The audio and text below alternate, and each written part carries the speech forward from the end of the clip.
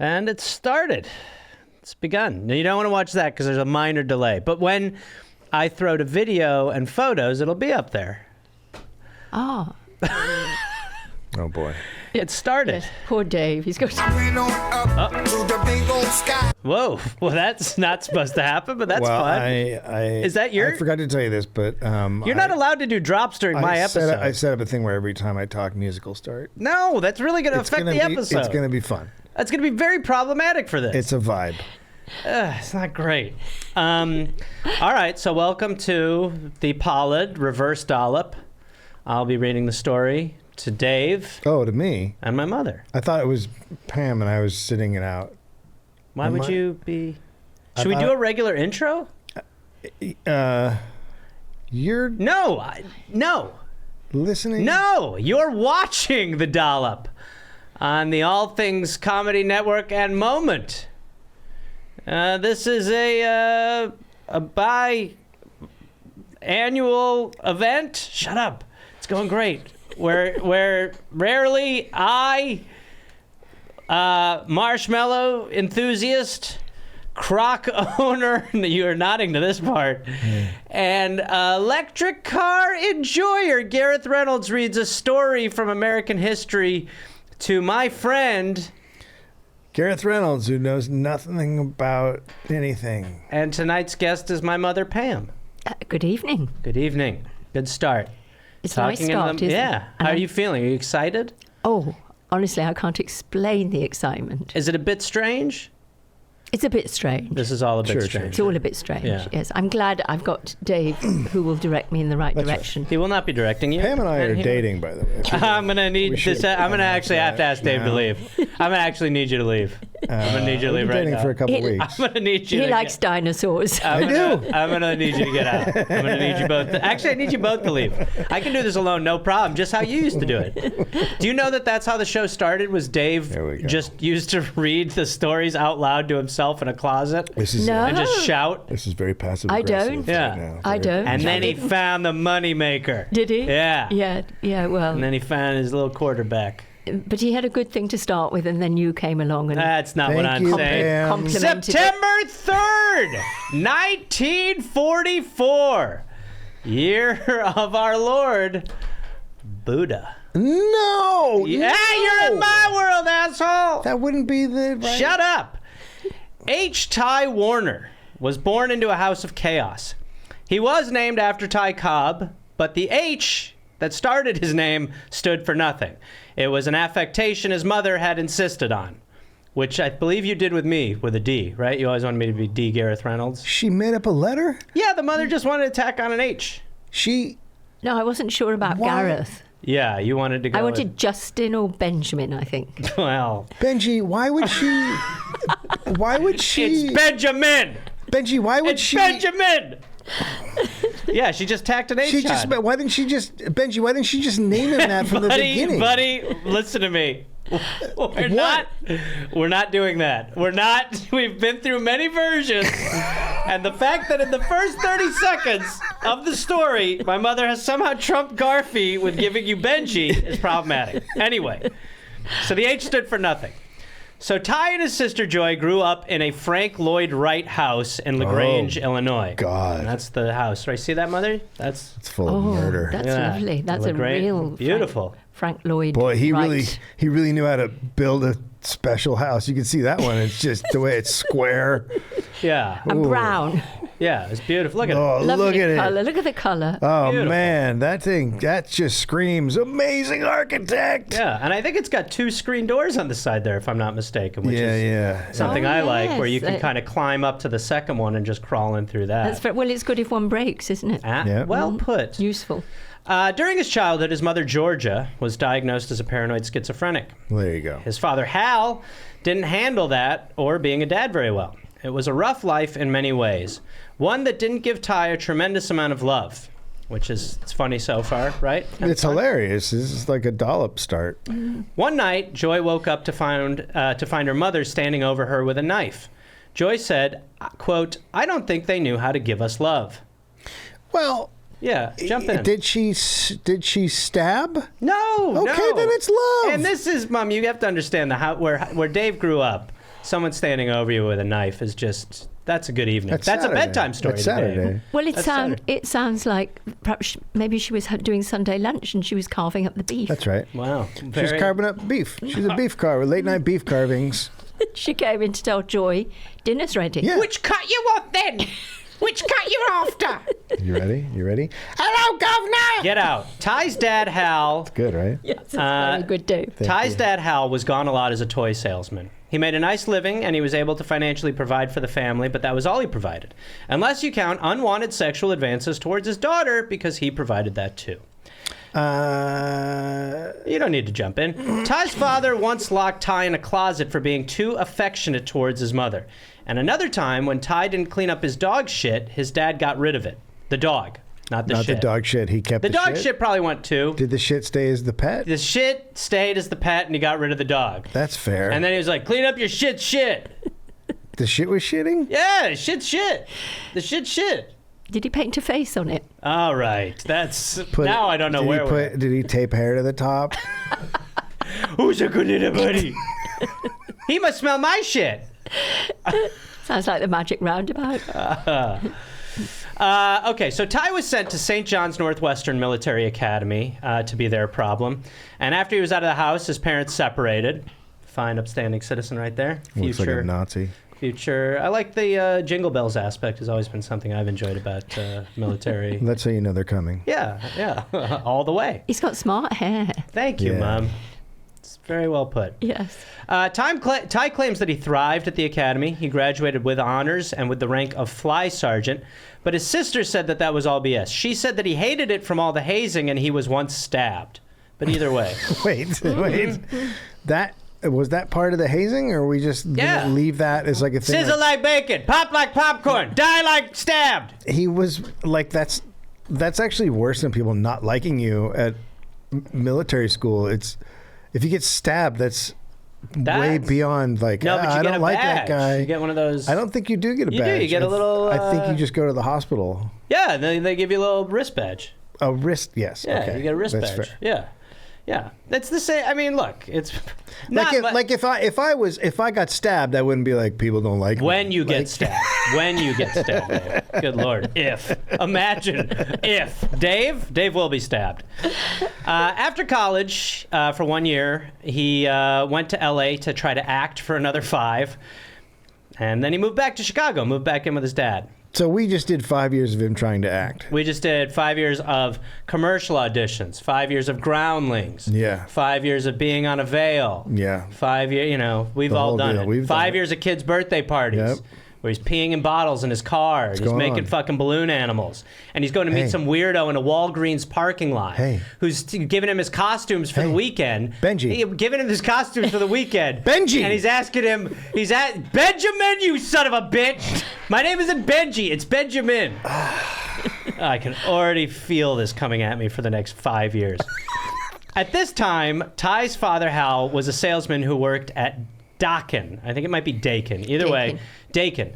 Well, look at you. A $200 million a year toy company. Ooh. Oh, now See, my you're mother worked in toy sales. Oh, Yeah. yeah. So I okay. thought she might be able to lend a hand to some of this. So it's a big toy company. Yes, I can't remember what they sold. But I'll tell you what they sold. They specialized in stuffed animals That's right, Dakin. Yes. with no real And prospects. that's why the dad was there, because he liked to stuff. Stuff He animals. stuffed the dog. He liked to stuff little things.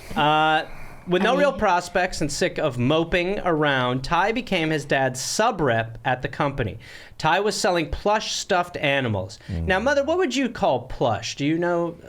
I kind of know what it is. I don't know if you have a better definition of a plush stuffed animal. Well, they were just soft. Soft. It was kind of the Super soft. fur was Yes. softer, and it was Yes. also like they weren't, they would kind of be like sit up. You know what? Yes. Let's just show you a picture here. It Yes. would be like this stuffed bear Yes. here. Yes, that would be plush. There you go. Look at Yes. that. Is that stiff? Is that stiff? That's stiff, isn't it? No, it's stuff. Yeah, but the little medallion on him. That's Dakin. That's the Dakin Oh, is that medallion. Dakin? Yeah, that's the Dakin medallion. Sorry. It's okay. You had a stiff, Teddy, when you were born, and you thought you were going to be Benjamin or Justin. Stiff was an infection, I believe, wasn't it? I had a stiff infection. No. Oh. It was German. That bear is handicapped. Look at his legs. Dave. Oh, gosh, what a He's fine. shame. Once turned sideways. That's fine. He has a staph. You better not go to the NHS. Yeah. No, You'll never get No, fixed. not for a couple Or of years. come here, anyway. and he can pay an arm and a leg, the one that doesn't work. Oh, right, and we're back.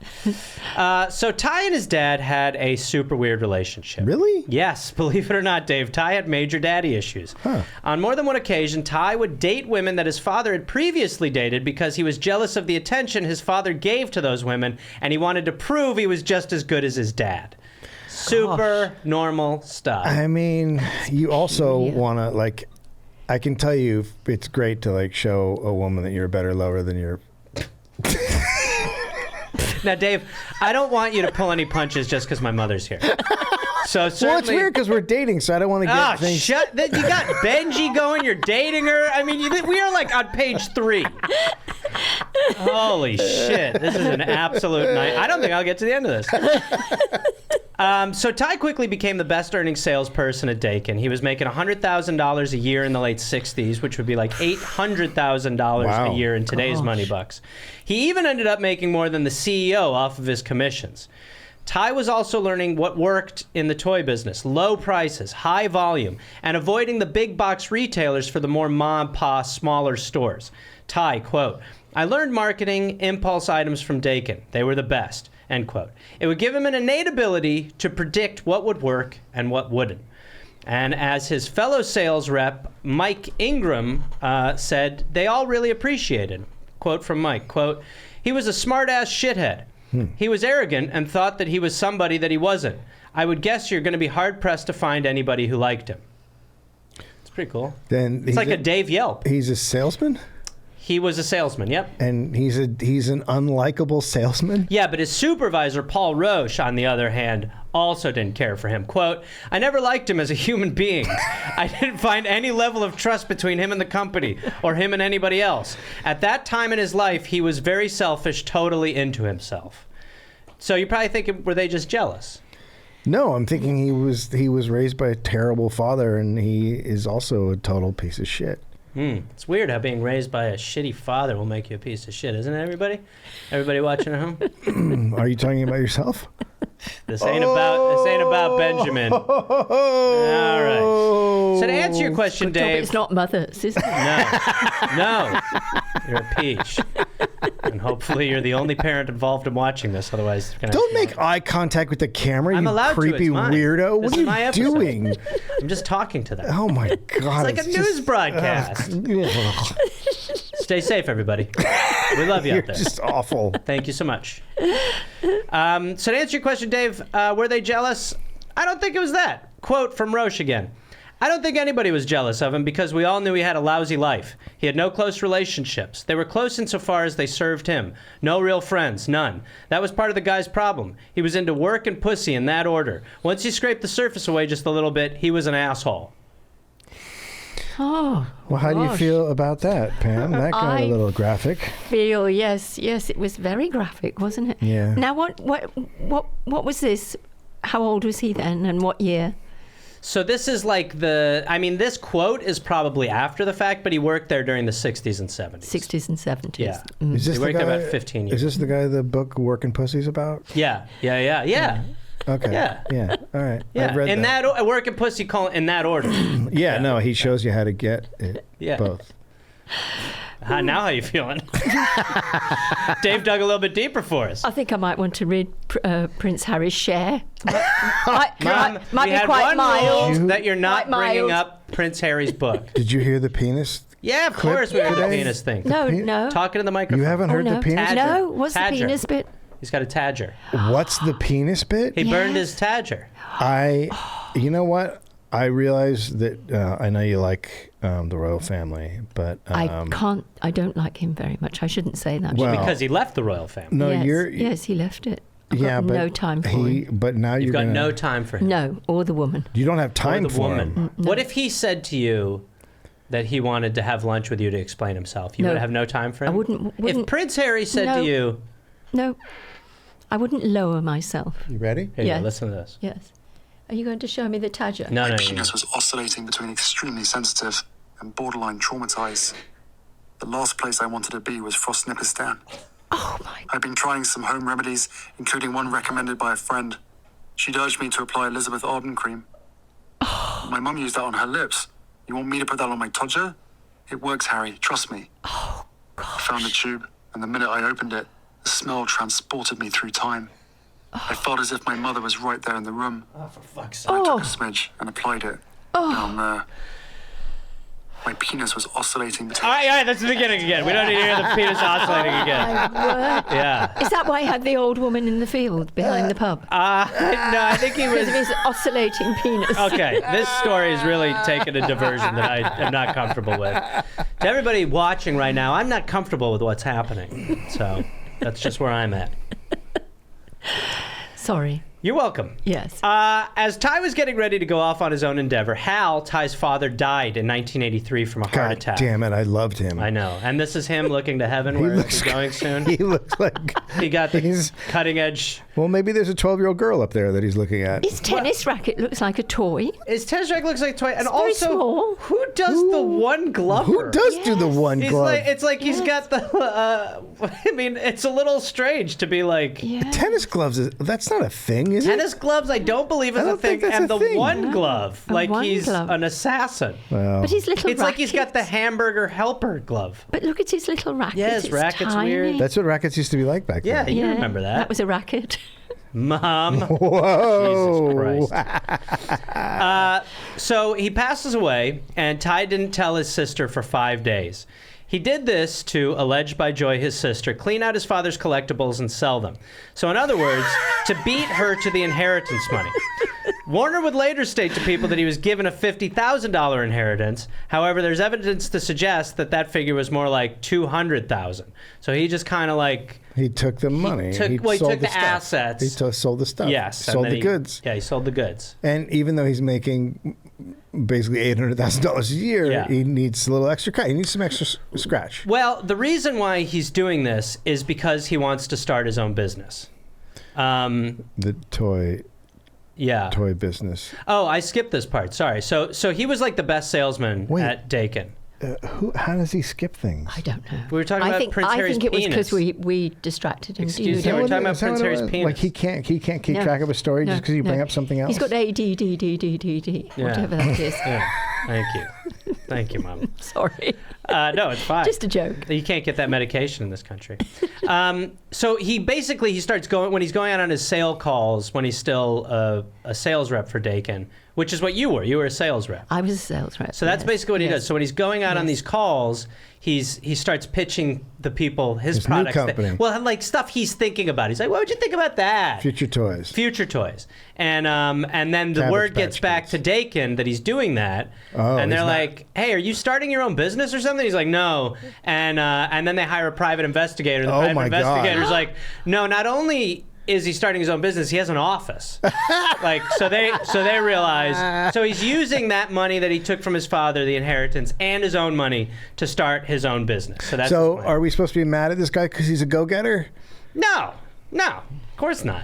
The No. toy This is the American dream. The toy business is ruthless and brutal. How many people did you kill when you were a toy rep? I didn't kill any, but I was very close. Yeah. That's the Yes, I was spirit. very close to doing it. Yeah, Yes. but you hit people with your car, you always told me. Yes, I did. Yeah. Yes. Yeah, there you yes, go. I did. You hit a deer with your car. I did. Well, the deer hit me. Did you eat it? Yeah, we ate it No. that night. No, Yeah. we didn't. Yeah, we ate it raw out back. you not? know, we have this story about, we lived in Brown Deer, is where I grew up, Brown Deer, Wisconsin. And we had a dog that was like 150 pounds. And A Labrador. A Labrador. And this dog, he just loved to eat. So don't be making Jose comparisons and stuff, because that's not what anyone's after. But the dog would he just for a week, he stunk.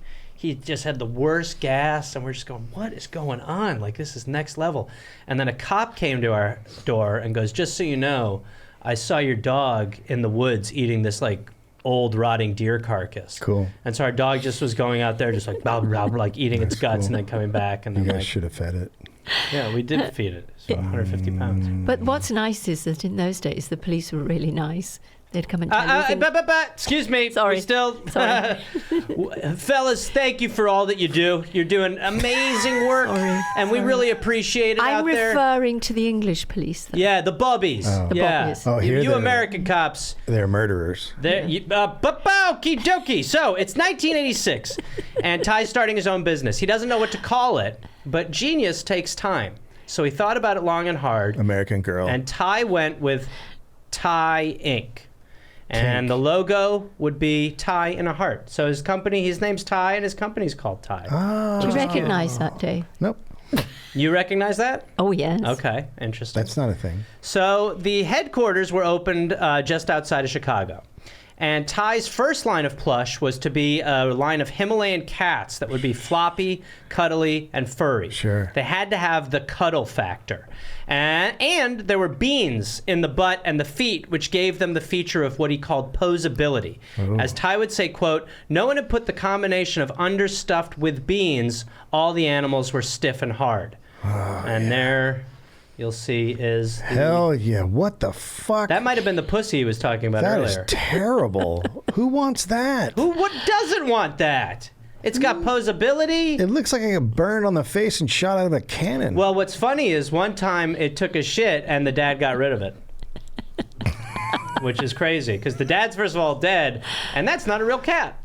That's not a real cat. Was No, that a Beanie Baby, that one? No, that's That was not. what he started off with. That's wasn't the it? Himalayan cat. That's the Yes. beginning. Yes. So that is what he came up with. We had a Himalayan cat. Do you remember? Yeah, that's who it is. This picture, fun Lucy. fact, took 9 hours. Because he was like insistent that they got it right. Shut the fuck up. Well, when you see it, you know that it took work. That's what? He wanted to get it right. Also, Ty had now started dressing like Willy Wonka. Yep. There are no pictures of So his I'm gonna- face. I'm gonna take off. No, you gotta No, stay. thanks for- that door's thanks for locked. inviting That me. door's locked. That door's locked. What in the fuck are you talking about? So there's no pictures of that face. What do you mean there's no pictures of There's that? no, believe me, I've tried to find him dressed as Willy Wonka. But he would do it for toy shows or sales appointment. He would have Italian scarves, hot pink suits, or pink ties and pink socks. He would match. He also walked with a prop cane, and he drove a Rolls Royce. I mean, Dave, think about it. He wanted to get people talking. He wanted people to be like, hey, who is this guy? Or like, hey, what's with this guy? Or this guy's really weird, right? Or like, hey, I hate this guy. You know, stuff like that. And I think that look really did it. That look would do it, absolutely. And get ready, because I'm also going to have a Willy Wonka face. Benji hit me. Most Benjis too. Bizarre Benji. But he still had this drive to make cuter, softer, stuffed animals. Got to go cuter. Oh, always, yeah. Always be cutering. Terrible word. It's an toy. English word. It's an old isn't it? toy. Microphone, Mum. Yeah. Oh, sorry. It's an Don't English forget, word. that's a cuting. huge part of this whole thing. I know. I'm so It's sorry. It's not just you and Dave I hanging am- out like you I have been for the am past couple really weeks. sorry. Well, apparently. that's why I was looking over Yeah. because I'm so But you used can to look looking over at and it. you could do the mic. It's like when we're at candlelight at a restaurant. Yes. Oh, sorry. Aaron, can you get a bucket? I just need something to sort of put my guts into. Okay, so 1993, Ty Inc. employed 14 people in its main 5-room office facility. Ty was about to turn 50 and had made $1.3 million that year. But things were about to get wild. See, he'd acquired this patent to make this special synthetic fur, and he began using it on a new line of plush. It was a $5 line of beanbag animals that he called Beanie Babies. Here we go. Well, someone else came up with the name, but it's still technically true, and that's what he called them. Ty, quote, in 1983, I built my company on great quality and great prices. My only retail points were $5 and $10. I believe that these retail price points were critical to our success, end quote. He also wanted them to be palm size so that kids could hold them or put them in their pocket or fit them in their backpack. That's what I do with mine. I still have one. That's smart.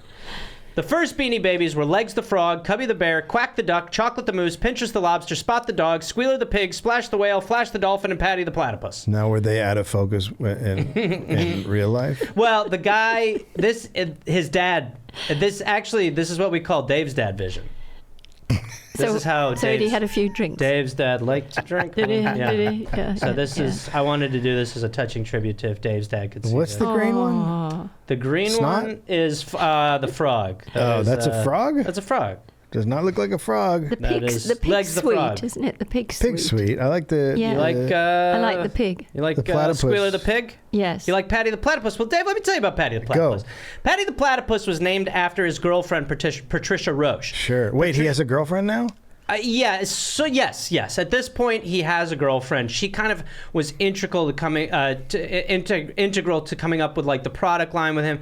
She even had 2 kids from a previous marriage, and he would kind of like test the beanies out with them, and they'd be like, "Oh, I don't like this," or "I like that." So he's kind of test marketing with them. They were pretty much living together in a shared house. Okay, so now, like I said, they were opposable plush. And they were called Beanie Babies because of the little beans in them. But they weren't stuffed with beans. Ty made sure they had enough beans to be full, but not too many beans to be unposable. And I see you guys, you're like, beans? What is Benji talking about? Whatever does Benji mean? Well, here is a video to sort of help illustrate this of a guy doing surgery on a Beanie Baby, which I think will help. That's a fetish video. Yeah, you're damn right it is. That guy, Am I the only one who needs a cigarette? No, that guy was like getting in there. And that guy was having way too much fun. With no, believe me. That, by the way, that's from my YouTube channel. You can go to YouTube/Gareth Reynolds TV if you want to see a lot more of those. I have about 30,000. So those are the beans and Beanie Babies. Now, Ty was excited with his new... Are you done? Yeah, I'm going to open up a drink and have a little sippy sip. It's just a little distracting. You know what else is distracting? Fetish videos of people putting their fingers in Beanie Babies. I'll put it back on 5 other times if you don't shut that mouth. So Ty was excited with his new line, but when he unveiled Beanie Babies at the Rocky Mountain Toy Show, nobody cared. Still, he believed in his babies. You ever been to the Rocky Mountain Toy Show? No, I wondered where it was. Where was that? I would be in Colorado. Colorado. Yeah. RMTS. MTS. RMTS, the Rocky Mountain Toy Show. Oh, right. Yeah, he's really into the lingo. Yeah, he's pretty good. He's Dave's good. one of the fastest acronymers we've had on the Dollop. Yeah, he's very good. Good but you would go to a lot of toy shows. Yes. That'd be a place where they would present a bunch of toys. New York in particular New was York's the the main big one. place. Now, is anybody ever was like, hey, you want to come to my hotel room and cut open a toy? Hey, just drinking at a bar. What do you guys want to do after this? I was thinking we'd go up to my room and just cut open some of the Beanie Babies and slowly squish them out. Just see what the beans are like. And then we can suck the beans or just, do whatever we want with the beans. Can we have another round of Manhattans? Let's get some more Manhattans. Then we'll go to my room. I have like 30 Beanie Babies that I just got from Ty. The Willy Wonka guy. And then we can just go up there and cut them up, and then we can just make a bean pile. You guys down? No, I'm going to stay here. Oh, you want to do it in the bar? No, can we cut open beanies in the bar, sir? I don't know. I just don't want to cut them open. Do you want to rip a bean? No, I don't want to do rip a line of bean. I don't want to do any beans. Do a bean bump. Just go ahead and do a key bean. No, I don't want a bean. Try a key bean. I'm not a bean guy. Step some bean off my hand. It's not. Hey, so going to stall 2, I left my credit card with some beans on the toilet paper thing. Hurry. What's supposed to happen with your credit card? You just cut a nice hot line of bean. Hurry, dude. I don't want bean. What? They're also This is primo bean. They're little plastic things. Oh, dude, I know it. Some of it's not going down great. Well, yeah, because it's plastic. Oh, shit, dude. I think some is lung-based now. Well, yeah, it's plastic. Oh, man, I am so fucked up. Yeah, you're going to die. I'm living. Okay, so then he introduced more Beanie Babies, even though nobody gave a shit. Here comes Allie the Alligator, Blackie the Bear, Bones the Dog, Chili the Bear, Daisy the Cow, Diggers the Crab, Goldie the Goldfish, Happy the Hippo, Humphrey the Camel, Inky the Octopus, Lucky the Ladybug, Mystic the Unicorn, Peking the Panda, Swirly the Snail, Slither the Snake, Speedy the Turtle, Trap the Mouse, and Spinner the Spider. Who the fuck wants the spider? Hey, who? What? Look at Spinner. Like, I get all of those except for the Dave, what an admission that you get all those. Well, the rest of them, you're like, I could see a kid cuddling with that. Maybe not the snake. No, not the snake. But the spider? Like, what kind of creepy kid do you have that's like, hi, Daddy, I want the spider. Give me the spider, Daddy. Look, Dad got drunk last night and cut it open and did some bean lines.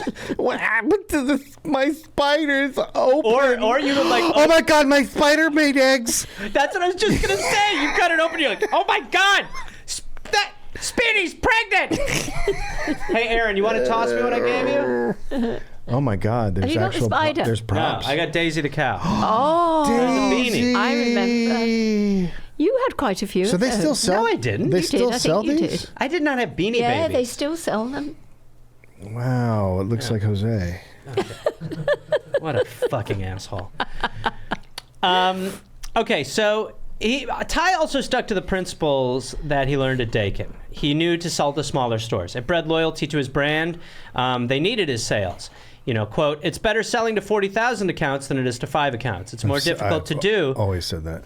But for the longevity of the company and profit margins, it's the better of the two. You've always said to sell to 40,000 accounts over 5? That's one of my sayings. And in what capacity is that? Because you are a... Dollop. Right. I mostly sell the Dollop to small stores. That's where we do all of our business. I'm not going to work with the bigger Circuit City and Toys R Us. Okay. I got some tough news about Circuit City. What? And Toys R Us, to be honest. What are you talking about? Do you notice how those places where they used to be are now just Halloween stores?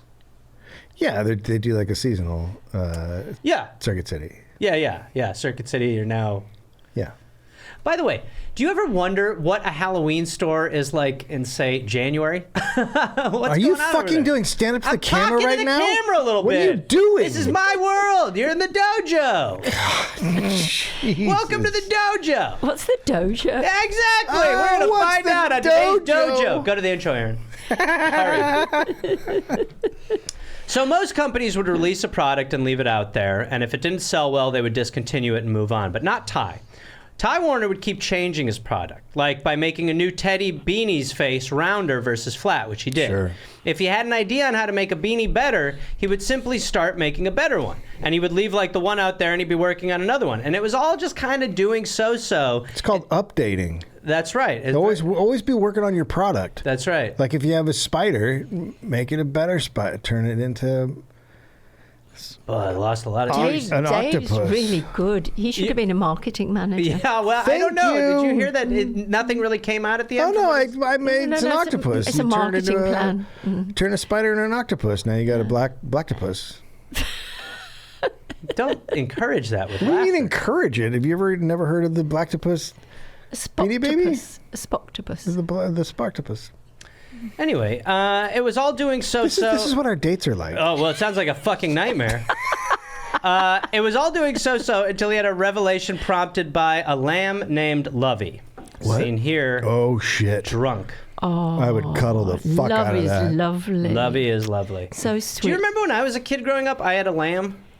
You did have I a did lamb. have a lamb. And And it wasn't nearly as good as that, and I threw up on the lamb. Oh, yeah. And you washed it, and we kept it. I gave it to you when you moved. You've got that lamb. When I moved? Well, one of your 300 moves. When I moved out of the house? I gave you Lammy. Yes, you had Lammy because it was real fur. It was real lamb's fur. What? This is a lot. And you've got it. He's got it I don't. somewhere, No, I Dave. don't. You're accusing. I do not have Lammy. You do. I do not. You do. I'm telling you, I know all of the things that I have, and I don't have Lammy. It had real fur. Had real lamb's. It was actually a real lamb. And then it just had passed away because I didn't know that. Yeah, I had a little sheep, but it had real insides. Did it? So guts. Lovey sold very well in hospitals. However, in 1995, because of some fabric issues with suppliers in China, Lovey had to be discontinued. Oh damn it! Buyers seemed like Dave. They were upset by this news. So the decision was made to not say that Lovey was discontinued, but retired.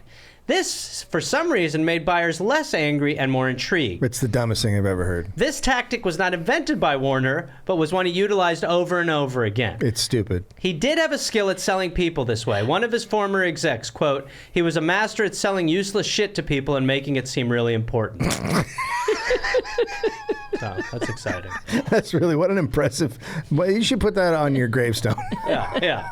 Well, in a way, isn't that just kind of the American economy? Yeah, no, in a way? that's capitalism. Like, yeah, it's just like, how can I sell this absolute you garbage need to this people? thing. You gotta I have do it. It's like, need it. oh I my have to have god. it. Yeah. We should mention that before the show started, my mother found a guitar pick and asked if she could keep it. She found it on the street. No, she found it in here. Oh, you found it in here. I've got it on me. I've Okay. got it about my person. Okay, let's have a How look. shall I show it? Just show it into that camera right there. No. Which camera? Here. This one. This one. Yeah. There, look. There you go. Look, it's really nice. Yeah. And Hey, I now- thought Gareth's brother would like it because he plays guitar. Yeah. What do He's you? a guitarist. Okay, you're gonna give it to Nick. To Nick. Okay, that's fine. Yeah. Nick, He probably needs a guitar pick. Yeah, he needs a guitar too if there's one out there. Microphone. He also needs a guitar. Oi. Guitar. Oh, sorry. Oi. Yeah. Did you say oi? Yeah. Oi, Now, you. Around this time, kids in Chicago were starting to like Beanie Babies. Sure. And as kids do, they told their parents that they wanted to collect more. Here we go. And in the small suburb of Naperville, Illinois, a few mothers were helping their kids acquire them, but also began to fall in love with the Beanie Babies themselves. And since you couldn't go to Toys R Us or Walmart to get them with ease, they would need to drive around beanie hunting. It felt like a, quote, scavenger hunt. Wait, adults now want? Yes. Beanie So like Babies? the kids like them, and then like mothers in Naperville What the fuck are they start doing with falling them? in love. They just start loving them. But the thing that they start to kind of fall in love with is that you have to kind of find them. So it is It's like a collection thing. it sets off a collect- I found the spider and you don't have it. Yes. Here's a quote. What was available, how many were available, when they were produced, and we had to find this all out on our own. And so they liked that. Can I tell you one of my little tales? Sure. That when I used to go and deal with buyers in the small shops, and if there was a delivery of Beanie Babies and there was a mother in there, they would phone around and tell all their friends that the Beanie Babies were arriving. Yes. And they'd follow the UPS truck. You will find more of this coming. It was ridiculous. She told me that story on Wednesday night. Did I? And in 1996, I'm sorry, I won't repeat. and she doesn't even understand. Yeah, Sorry, microphone. sorry. No, it's actually, if you're going to talk about dating, Dave, that can be off mic. And in 1996, one mother, Becky Phillips, seen here being attacked by Beanie Babies with What her sister, in the fuck is happening? began noticing These are which ones adults. were harder to find than others. That looks like they photoshopped the Beanie Babies in on a picture. How can that be a fucking thing? This is right before they were killed, so I'd like a little respect. It was unbelievable. I think I had that little rainbow I one. think that for one's you up front. I thought that one was you up front. No, that no. little rainbow one is called Garcia. And it was actually, or no, it ended up being called Peace, but it was named Garcia after Jerry Garcia, and they actually sued. I remember that. Sued them. I vaguely remember that. I had a princess. Somebody bought me a princess. Hold on, Mum. Oh, sorry. Hold on. We're Wait. going to get to all this Are stuff. they lovers or sisters? They're sisters and lovers. Oh, yeah, that's what I would think. So they begin. So this is Becky Phillips. She starts going crazy, and she's finding that they're She harder. and starts harder to going find. crazy. Starts going Have crazy. you seen the fucking picture? She's crazy. And Becky also was the one who discovered that there were differences in the Teddy's faces, like I mentioned earlier. Oh, my So if God. you look here, you see you got old Teddy, got a bit of a boxier nose, and then you got round-faced Teddy. And so she's the one who's like, wait, these Teddys are different. And once word got out about flat-faced Teddy, or as they call it, old-faced Teddy versus newer, rounder-faced Teddy, the plot thickened even more. More and more mothers began collecting beanies, kind of obsessively. It kind of triggered, like we said, this collection mentality. Exchanges and trades were common, like drug deal at toy stores or malls. Moms would meet up, and they would be trade, quote, 2 tobaccos for 1 kiwi. So it was all very sort of like crazy. And yeah, it's basically these mothers are like meeting up places, like exchanging beanies for ones that they don't have. What in the fuck is happening? By 96, beanie fever was spreading through the Midwest. Bongo the monkey, seen here, was being sold faster than they could get them at one Wisconsin location. It also, I mean, I'll be fair, it looks like they posed him to be like he's whacking.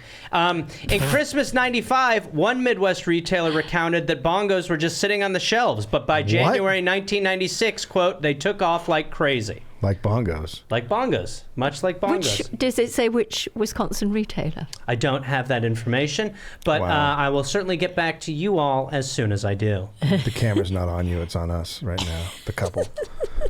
Certainly. That's the couple cam, and then they got the single cam over there. Oh, I see. Wait a minute. Have you this just is when noticed it's you're you being- and this is you and I when Yeah, we're yeah. when That's we're the couple together. cam. Oh, I get it. Oh, how sweet. Shut up, everybody. So, tweaks were being made, like I said, and not just to the plush items and beanies themselves. Lena Trividi was a 19-year-old that was hired at Ty in 93. Ty had complained that the Ty tags, those little hearts, were boring because they just had this to and from on them. I agree. Yes. So, Lena pitched that they use the space there. You can see the to and from. Oh my God. Oh my And God, that's Daisy. Lena. That's Daisy the cow. Give So- Lena a raise. No, she hasn't done anything yet, asshole. her You're a not fucking listening. raise! No, that's not what she did. So Lena pitched. Lena, you're hired in my Dave, company. No. So Lena pitches that they use that space to give them a birth date and a poem. Ty asked for a poem, so she started with Stripes the Tiger, the poem. Stripes was never fierce nor strong, so with tigers he didn't get along. Jungle life was hard getting by, so he came to see his friends at Ty. And she added Stripes' birthday, June 11th, 1995. I am over the moon with what's happening. Isn't that beautiful? You're excited. This is the best thing that's ever happened. It's so lovely. Wow. That Beanie Baby was born. It came out of another Beanie Baby on that day. Mm-hmm. Yeah, that's right. And actually, in America now, you're not allowed to choose whether you want to have your Beanie Baby or not. This is awkward. Warner loved it. He loved the idea, and he asked her to write one for the other 86 beanies in one day. Except he told her that he would do the one for Patty the Platypus. Of Now, course. I told you before that was named after his girlfriend. Well, that was now his ex-girlfriend. You see, things with Patricia had gone south. Ty had never given her a salary, even though she was essential to the sales and the design. She was paid, but he tried to nickel and dime her the whole way as much as possible with the promise. That's what you do with a girlfriend. With the promise that he would one day take Not care of you. her. Oh, That- no, I'm just I kidding. know. That's a I know joke. you are. That I know was you not are, true. Dave. Ours is exclusive. After their breakup, Patricia had accused Ty of stalking her for 2 years, knowing where she was every day during that time frame, and even following her on a vacation she had taken with her new boyfriend. Well, what's he supposed to do? The anger, that's not good for you. The anger that Ty held came across in the Patty the Platypus poem that he wrote. Oh, God. Quote, ran into Patty one day while walking. Believe me, she wouldn't stop talking. Listened and listened to her speak. That would explain her extra large beak. That was in the Beanie Baby. So, ravenous Midwest mothers are now going to more and more extreme lengths to get Beanie Babies. They would call Ty Incorporated headquarters to find out which ones they were missing, what stores may have them, anywhere in the U.S. Okay, this is a great example of how we had nothing to do in the 90s. Yeah, this is a conflation of so many 90s things in Totally. one. Among them, one thing I was watching, this woman who ended up like running a Beanie Baby thing, she was like, I mean, I was working a full-time job, basically, like 6 hours a day. And I was like, 6 hours a day? A full-time job? Like, that's what we used to be like, man, I work my ass off, 6 hours. And 6 now it's hours. just like, I got to do this, and I got to do this. And we're just like, but yeah, it's a combination of many things. But the women would, and again, it's not just mothers, but it was mainly mothers. They would call Ty Inc. and they would find out which ones they were missing and what stores may still have them. Oh my God. They would call the Chamber of Imagine having to Commerce. field these calls. They from would these call. They would idiots. call the Chamber of Commerce. to Hi, I'm see- calling about Slinky the Binky. I want to know when he was born, and then what states he was shipped to. Well, we and if we he told you before, Slinky the Binky is not one that we have made. So no, if you have- there's a Slinky the Binky in the 76 station in Des Moines. Okay, and go there. It's my friend Sheila saw it when she was on a trip. Okay, and she well, go but there. It's definitely We have to actually keep this line open for other calls. So good luck. Hello? I also Okay, want to thanks. ask I you just want about. goodbye. So they would also call chambers of commerce, and What? they would What? see what shops had them in a city, and then they would call those stores, What and the then they fuck would find are the you talking beanies. about? Why are they calling the? Imagine being at the Chamber of Commerce. Look at it. Look at it. It's some lady's like, hey, where are Chamber of Commerce. the Beanie Babies? Look at it. I fucking see it. Do you? Because it sure doesn't feel like you see it with your attitude, which is getting worse and worse. Can I just tell you another little tale? Or shall I Sure. shut up? No. Well, there was a. Should we explain to everyone you just pulled a tissue out of your oh, yeah, sleeve? yeah. I'm just going to. Like a magician, but who Sorry. uses the magic Sorry. hanky? She does that all That was the a Beanie time. Baby magic hand key. Yeah, okay, yeah, it's pretty good. But anyway, so this retailer told me that she was coming into a shop one day. And there was a huge queue outside. It wasn't open. They opened at 10 or whatever. There was a huge queue. And she went to open the door, and one of the customers pushed her and told her to go to the back of the queue. Oh my God! And She's she like, was, it's my she store. said, she said, I'm opening up my store, and they were waiting for Beanie Babies. Move it, loser! Hey, how did you get a fake key to this store? Where some of us are looking to figure out how to do that. This lady's picking the lock. She should have gone to the back of the line and been like, sorry, we're not opening up until I get to the front. Yeah. And there was another story because I. Okay, hold. Oh, sorry. I'll give you a story. Another story soon. Okay, thank you. So naturally, the search got wider and wider. February 12th, 1996, Peggy Gallagher, once again pictured here, right before Beanie's Which murdered one is her and she? her sister. Peggy is the blonde in front, and her sister is the one who was having her spine. Who isn't blonde? Who had her spine eaten. It's not often you see people that have crazy eyes and crazy smiles. Usually it's one or the other. Let's say you have crazy eyes, but not a crazy She smile. looks like she's got a man's suit jacket on, doesn't she? Well, That was Kevlar. I bet it's full of Beanie That was Babies Kevlar to inside. protect her from the attack. the dark-haired one is wearing a mask. Well, they're all wearing masks, Dave. So Peggy was spending thousands of dollars in long distance phone calls and found a treasure trove of beanies in Germany. So What So in like the fuck? So she calls this place in Germany and she orders 100. Yeah, can you imagine? Yes, we have beanies. We have the Beanie Babies. Which Beanie Baby are you looking for? She want the spider. Now hold on. Why are you so interested in all of our beanies? Explain to us the intelligence you have that we've omitted. I think there's something going on with the beanies. Yeah. They just put cameras in all the beanies. Have even said you beanies. The Americans are calling about the pig. They want 30 squealers. So she orders 198 beanies. She orders 30 Chili the Polar Bears, 36 Peking Pandas, 84 Old Face Teddies, 36 Trap the Mouses, 12 Patty the Platypuses, all at $7 a pop. And all in all cost her about $2,000. She's going to make bank. In 1996, Beanie lunatic and Naperville mom Joni Hirsch Blackman interviewed Ty for the July 1st issue of People magazine. The article begins with, quote, "They have soft heads, floppy ears, and squishy bodies. They're also small enough to fit in your pocket. But to store owners like Richard Gurnady, whose suburban Glenview, Illinois shop sold 5,000 of the pint-sized stuffed animals in the week before Valentine's Day, Beanie Babies are huge," end quote. In the article, Gurnady predicted, the guy whose store it was, predicted that Beanie Babies would be, quote, "the biggest thing ever in retailing. Elvis, Sinatra, and the Beatles combined," end True. quote. True. And this story kind of takes the beanies from a little bit more of a niche market to the mainstream. Blowing Now, up. More people know.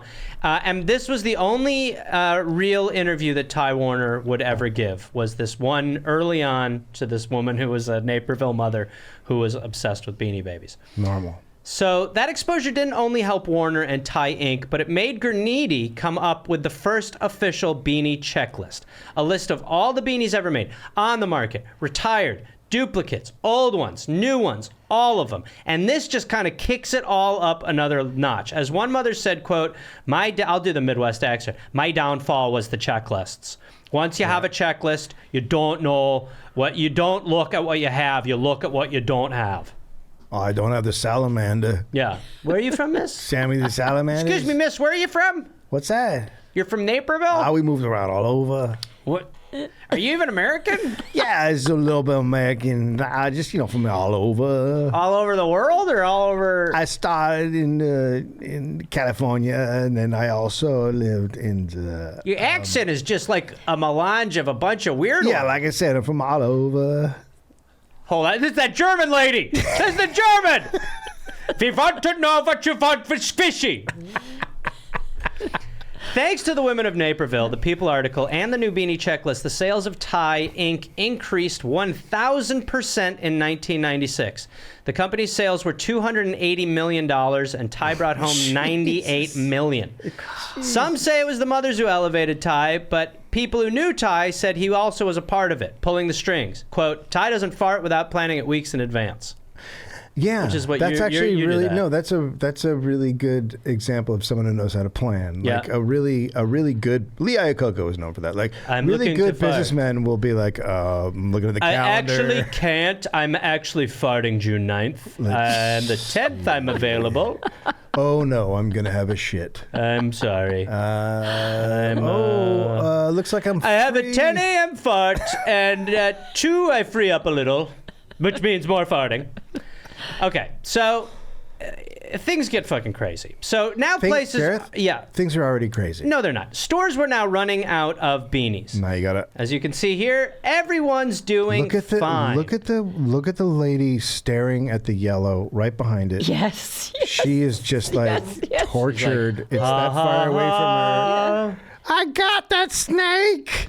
But to what you were sort of saying, Mom, it's like, they're shoving, I mean, the woman up front obviously is on Molly. Yeah. She's like, I've never held a real alligator before. But look at the men in the back. The men in the back well. are so great. The two guy, the guy with the thing in his mouth, and the other guy are just like, what in the fuck is happening? The one on the right. Yeah, the one on the right is just like, I can't. The one on the right is like, we can't make our payments.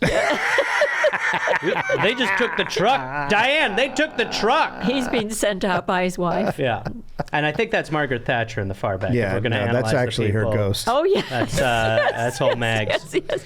Before, she didn't have her hair done. No, she didn't. Well, her hair was done. Yeah. But we're talking, ravenous fans. Winding lines outside of malls. I'm not saying like 2-3 hour lines. We are talking 16-hour lines. People hanging out outside of malls to what you were talking It's about. It's a fucking stuffed animal. Stores were forced to put up signs saying that they were sold out, basically all the time. Sorry, sold out of beanies. With that, parents who wanted a specific beanie would have to look elsewhere. So newspapers were now taken over with want ads with images like this. And oh my fucking God. And this is not just like one paper. This is like every paper. Beanie Babies. Every paper. Santa. Yeah. $50. Well, Does that mean Santa was looking. Yeah, Santa was like, look, the elves quit. Santa's hello. And what's the ad supposed to say? Santa, and I need some Slithery the snakes. Here's all the names: Daisy the cow, Ringo the raccoon, Crunch the shark, dude, Spike the rhino, Jabber. Let me tell Pouch, you, the Gigi editing nuts. I had to do in this to just not say everyone, because it's like everyone. I'm like, this is also insane. Like they're just nuts. So Ty Warner has figured out the game by now. He would do tours of stores, and if one wasn't selling well, he would just say it was retiring, and then people would go wild for it. He would also retire beanies that were scarce already and drive collectors nuts. It was called, quote, controlling the fad. That was a phrase he was known to use a lot and swear by. And things were so nuts that even the boy band, the Backstreet Boys, were into Beanie Babies. What in the fucking... What is happening? Even the Backstreet Boys. Jesus. And just so you both know, that was a test, and you both failed. That's not the Backstreet Boys. Who is it? I don't know who that is. It's 98 Degrees. Of course it is. 98 Degrees, who has my favorite ever boy band member, the guy on the goatee who looks like any guy I went to high school with. Yes. Yeah, no, he's really not. Like he won a contest to be in a boy band. He's not ready. Yeah. Only one of those guys looks like they should be in a boy band. Yes. Yep. The guy in the wrinkled blue shirt. Sunglasses. Yes. The guy in the wrinkled blue shirt. Yes. I mean, look at that shirt. I was looking at the wrinkles. His mom didn't iron it. You can't not look at the wrinkles. You're like, hey, so look, linen's not good for you. I'm actually looking at Nick Lachey's taut spiked nipple. Sure. If you look at that, you can see that. Yeah, that's no joke. And Turkey's done. By the way, the guy on the left has matching pants and shirt. That's Nick Lachey's brother. That's Danny Lachey Frank or something. Lachey. Frank Lachey. Anyway, with all this happening, Lena Trividi also gives Ty some valuable advice that year. We're in 96. She said the company needed to create this thing called a website. Now, this is before people could really process what the internet was, illustrated here. What the internet is? That 56 pass, I wasn't prepared to translate that as I was doing that little tease. Oh, that's that little right. mark with the A and then the ring around it. At? See, that's what I said. Katie said she thought it was about. Yeah. Oh. But I'd never heard it. Around. I'd never heard it said. I'd always seen the mark, but never heard it said. And then it sounded stupid when I said it. Violence at NBC. I heard around big fight up in the lunchroom the other week. There it is. Violence at NBC. GE.com. I mean. Well, Allison should know. What is internet anyway? America the Violent. Internet is that. How do we not keep that as our slogan? The one that's becoming really big now. What do you mean? That's big. How does one? What do you write to it like mail? No, a lot of people use it and communicate. I guess they can communicate with NBC writers and producers. Allison, can you explain what internet is? No, she can't say anything in 10 seconds or less. Oh my Allison will be in the studio shortly. Such a prick. Oh. America the violence. Yeah, that's a better name. That's the best. That's our slogan. Yeah, that is. That is is totally America. us. And isn't it amazing? I mean, we are talking so long ago. And we're like so much worse, but then they're So like, much worse. we're a little worried about this violence in America. It's like, buddy, you have no fucking clue what's about to happen. So only about 10% of Americans were on the internet at this time. Ty had a lot of questions, why and how it worked, but he trusted Trivedi, so he agreed. But he quickly ran into an issue. Ty.com was already scooped up. Fuck. A dad had bought it for his son. Some dude was like, Ty, you're getting a website. Obviously, Ty Warner sued him because he owned the trademark for Ty, Yes. but he lost the lawsuit, and then he paid the guy $150,000 for the domain. Wow. And boy, was that website worth it when you got to lay eyes on it. Ty opened a website. For many people, the hunt to complete and expand their collection became a quest. Wow. It's pretty good, right? Good grooves, Wow. good tunes. The Beanie Wizard. Yeah. Wow. Yeah, that guy is in jail. So the new Ty.com had blogs, games, a list of all the Beanie Babies. Even easier to see what beanies were in demand, new or retiring. The site also became a community where people could go and trade and swap beanies. There I were, honestly haven't heard a word you said after blogs. so let's just say, I need Dave, to read a Beanie Baby blog. Are the Beanie Babies blogging? Are they having the Beanie Babies blog as Beanie Babies? Dave, to answer your question, yes, they are having the Beanie Babies blog. A lot of communication from the website is on behalf of the beanies. Sure, they have. There's even voices of beanies. Oh fuck yeah! So you there could like is. hear one of them or whatever, and like people. But it's also. I'm a spider. But it's also. I'm sorry, Christopher. We're walking the spider. I'm a spider. I'm a spider. But it's also like a community. Sure. So it's like people are going there and they're like able to now trade and Forums. swap. Forums, chat rooms, want ads. The Sex, online sexting. I don't know if they did sex stuff, to be honest with you. Can you put the spider in my bottom? Looking for someone to put the snake inside me while I barf spider beans. I fancy the lobster. I beg the lobster. I fucked the platypus. All right, look. Oh, be quiet, you bragger. Looking to sell beanies that have had orgasms achieved upon them. Sir, you can't post that on here, sir. Barely used. Barely used. Only fucked once, sir. Why? I'm just letting them know. So it connected people looking for retired beanies or older versions of ones or ones that were scarce. At this time, 51 had been retired. So you would see messages like this. I have Teddy, 97, and Snowball. I need Maple. So if you have Maple and don't have Teddy and Snowball, email me and we could trade. Or this one, which is just nuts. It has all the little things they want that are like the little distinctions. Hello, I need a mint or a non-mint spook, not spooky. Coral, grunt, kiwi, lefty, liberty, Manny, radar, righty, sting, tabasco, tusk, bongo, browntail, happy, gray, inch, felt antenna, inky, tan, lucky, retired versions, bumble, magic, different thread, mystic, fine mane, nip, old versions, patty, magenta, pride, sly, brown belly, stripes, dark, tank, old versions, and zip, old versions. So Brown tail and brown belly were lovers. he's like this all the time. The site didn't sell any product, but it would get so many hits that it would often crash. And people were making bank. The OG Naperville mothers had collections that were worth far more than they'd ever expected. Hundreds of thousands of dollars. Remember before Peggy Gallagher, who was eaten bones and all by the Beanie Babies with her sister? Back when she called Germany, remember, for those 30 Chili the Polar Bears, 36 Peking Pandas, 84 Old Faced Teddies, 36 Trap the Mouses, and 12 Patty the Platypuses? That cost her $2,000, remember? Yes. That was now worth $300,000. Prices kept going up and up and up. Some collectors were making $30,000 a month on beanies. This is like crypto. Oh, Dave, I see no connection. It was full on crazy. These are the feet. This craze is just, it's scary. Of Beanie. They're just cute. Crazed. That's the new patty. Oh, there's the spider. Collectors. You ready? They've been waiting hours for Coach House gift store to open. I like the duck. We got 2 raccoons, 2 skunks, and 2 spiders. I see, you have to admit they're cute. Here's a quick lesson on this beanie craze. A company called Ty makes them, releases them with different names. They're all named after something, an animal, an animal, basically. They haven't done like funguses. Then retires them one at a time. There's Snort, Seaweed, Jabberjake. When they're first released, you can get them for about $5 to $7. Once they retire, the value goes up. In like 2 years, they're worth like $245 and stuff. He's worth about $4,000. Meet Employee Bear and his owner, Joy Brizagella. A Beanie Baby collector resold it to her for about $400, and he ended up being worth about $4,000. To Joy, my tie-dyed Lizzie, I bet, is very much like a Mickey Mantle baseball card. And it's a social event. It's how she met good friend and fellow collector. I love them, and I'm obsessed. Debbie Sirstens. It's like going back into a second childhood. It can be an expensive second childhood. Debbie spent $1,800 on this hard-to-find bear.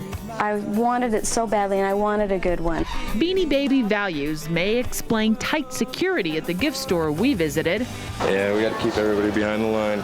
Just in case beanie collectors get out of hand. I think a lot of people see them and see dollar signs. No trouble today. Every Beanie crazy buyer, What can I get for you, young man? goes away content. Debbie Dujanovic, Fox 13 News. How great was the 90s hair for men? There's a black hole I need to fill inside of me, and I need to just buy things because I'm actually They walked sad. amongst us. We were all there and complicit. That was a horror show. It's a nightmare. It is a total nightmare. But Dave, again, then eBay launched. Oh, fuck me. And this only fueled the fire more. Now you could get whatever you wanted from anywhere, which made a Beanie Baby stock market. The bidding would get very high. People were now quitting their jobs. 7 to 10% sales on eBay were Beanie Babies. It was next level. What? How? 7 to 10%? 7 to 10% sales. Well, this is when it first launches.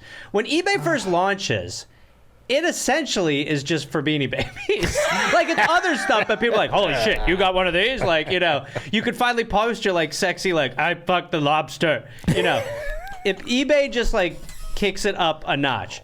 But if you think that things couldn't get any more out of control than eBay, then buckle up, brother and mother. Okay, but there's no actual buckles here. Like, we just have chairs. There's Buckle the Clam. I love Buckle the Clam. Put it on your crotch. He fits in so good. All right.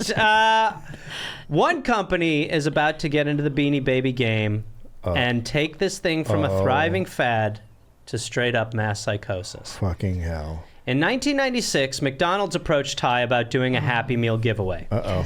Ty was kind of precious with the brand and preserving what he had. Let me just say right now, this is a bad idea. For instance, he pulled the plug on a Beanie Baby TV show. Fuck yeah, he did. He was worried that it would take away the child's ability to create its own character out That's of right. it, which I think is pretty empathetic towards children. I don't want to hear the voice of the crab.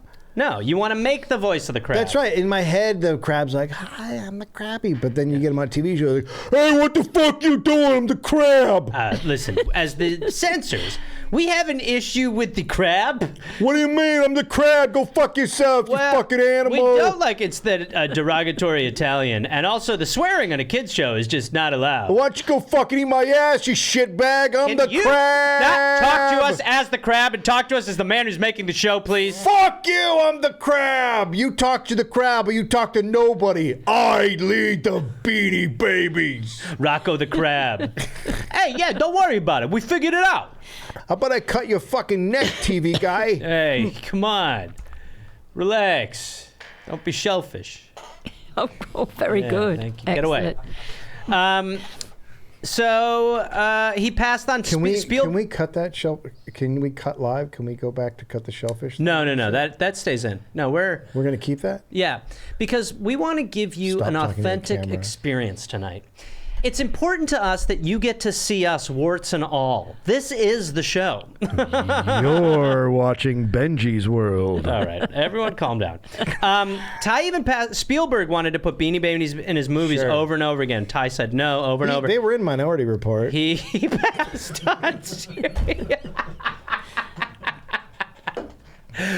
They're doing what we thought they were doing the whole time. It's a good joke if you know the film. No, I don't. It's we're actually gonna watch it in a couple. Yeah, Dave said He passed on cereals, kids' books, clothes, sporting event giveaways, hell, even a perfume. But McDonald's really wanted to do this thing. What in the fuck would the perfume smell like? Like a sweaty woman who had shoved a child out of the way for an alligator.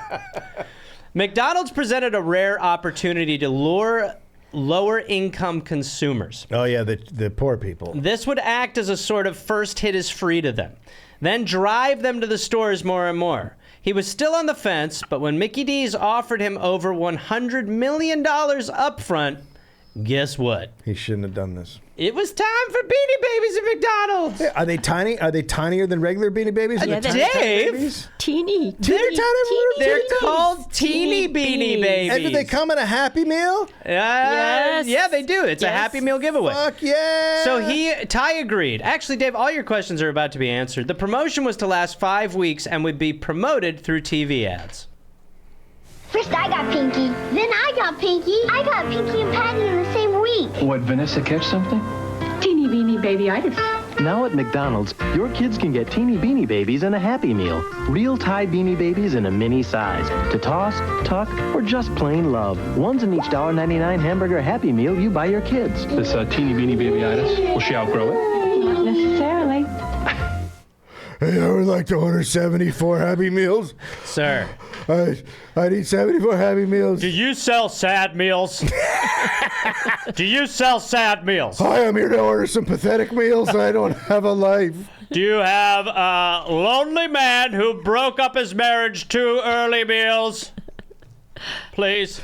Anyway, this is where my little bit comes in. It's very important. Let's go. That this one customer, when McDonald's were doing that, they'd buy the Happy Meal and they would take the meals to the toy shop for the staff because they didn't want the food. They didn't want the food. So they donated the food to the toy shop and they didn't want the food. That is not even slightly, because they just wanted the toys. Yeah. Of course they were getting rid of the food. They wanted the teeny experience. Teeny Beanie. Teeny Beanie Babies. Teeny Beanies. The teeny beanies. Who would eat the fries, though? That's one thing I hate all McDonald's. I hate all McDonald's. Except the fries. They are nice. The fries are good. They're lovely. The fries are good. They're lovely. The fries are good. Splash of vinegar. I don't sorted. Okay, now it got really it's really weird now. Splash of vinegar. Imagine, I mean, in England it's not weird, but here if you were like, and vinegar for my chips, they're like, ma'am, this is a McDonald's. I'm sorry. What sort of fish do you have? What is the McFish? They're like, the McFish is actually a Beanie Baby, to be honest with you. We just cooked the inside of a Beanie Baby and then deep fried it. On April 11th, 1997, the Happy Meal Teeny Beanie giveaway began. And people were in. Ape fuck. McDonald's made 100 million teeny beanies, and it quickly became clear that wasn't enough. They stopped that ad after 2 days. They did not need ads. On the contrary, they wanted to stop the madness. One franchise... Because they couldn't keep up with the people who wanted to buy. Yes. So they're selling out, so they're looking bad because they put something out as an advertisement and there's not enough. It just got out of This is exactly what happened with our book, which you can get on Amazon. Yeah, which is a great website. One franchise owner told CNN, quote, "We're getting 15 to 20, sometimes 25 calls every half hour since 6 o'clock this morning. Quote, do you have Beanie Babies? Which ones do you have? What time are they going to start selling them?" Some people... Could you order the Happy Meal with the specific Beanie Baby? Or did you get a surprise Happy Meal, what's in it? Because isn't that what a Happy Meal is? Essentially, you couldn't request. You couldn't request. You couldn't. But it gets so out of control that there were certainly things there was an order that they were going to sell the Beanie Babies in. Okay. So they were trying to not just be like, oh, okay, here you go. They were like trying to kind of parse them out a little bit, but the people are crazy. Some people would come into what you were saying, Mother, and order 100 Happy Meals with the request that McDonald's, quote, keep the food. Calls spiked to 100 calls per hour. You can't do that. One Ohio manager instructed employees to answer the phone, quote, "Good morning, McDonald's, we have the moose and the lamb." It was also putting the employees under great stress. Customers became vicious and deranged trying to get the beanies. Yeah. And McDonald's was actually panicking a bit at this level of demand. To counter the ravenous beanie people at McDonald's, they began to set a limit per customer. In turn, the collectors began using disguises. They even began message boards where they could trade disguises to maximize the beanies. Fights broke out too. 2 weeks into the promotion, McDonald's was out of Teeny Beanie Babies. Holy shit. It was supposed to last 5 weeks. What in the fuck The popularity of Beanie Beanies was incredible. Beanie Babies were in the news again. WCFT News Time is 2:03. McDonald's better call the Ronald police, for today McDonald's announced they'd have to cut short their Kids Meal Teeny Beanie campaign due to the simple fact that they're out. The Ronald police. Is that a thing? Yeah, they shot Grimace in the back.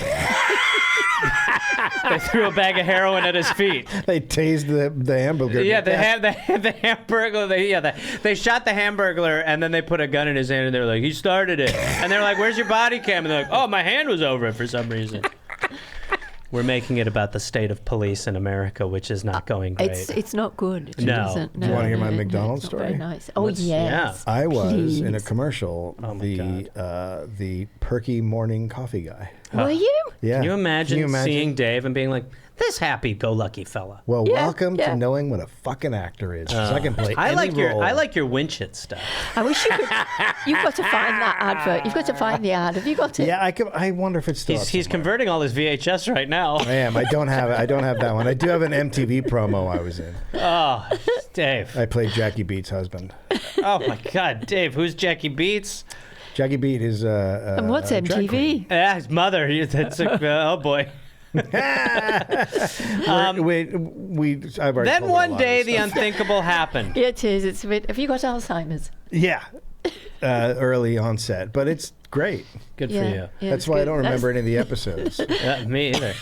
Then one day the unthinkable happened when a truck in Atlanta accidentally dumped several hundred international bears and Stretchy the ostriches on a Absolutely. freeway during rush hour. I'm killing people. I'm fucking killing people.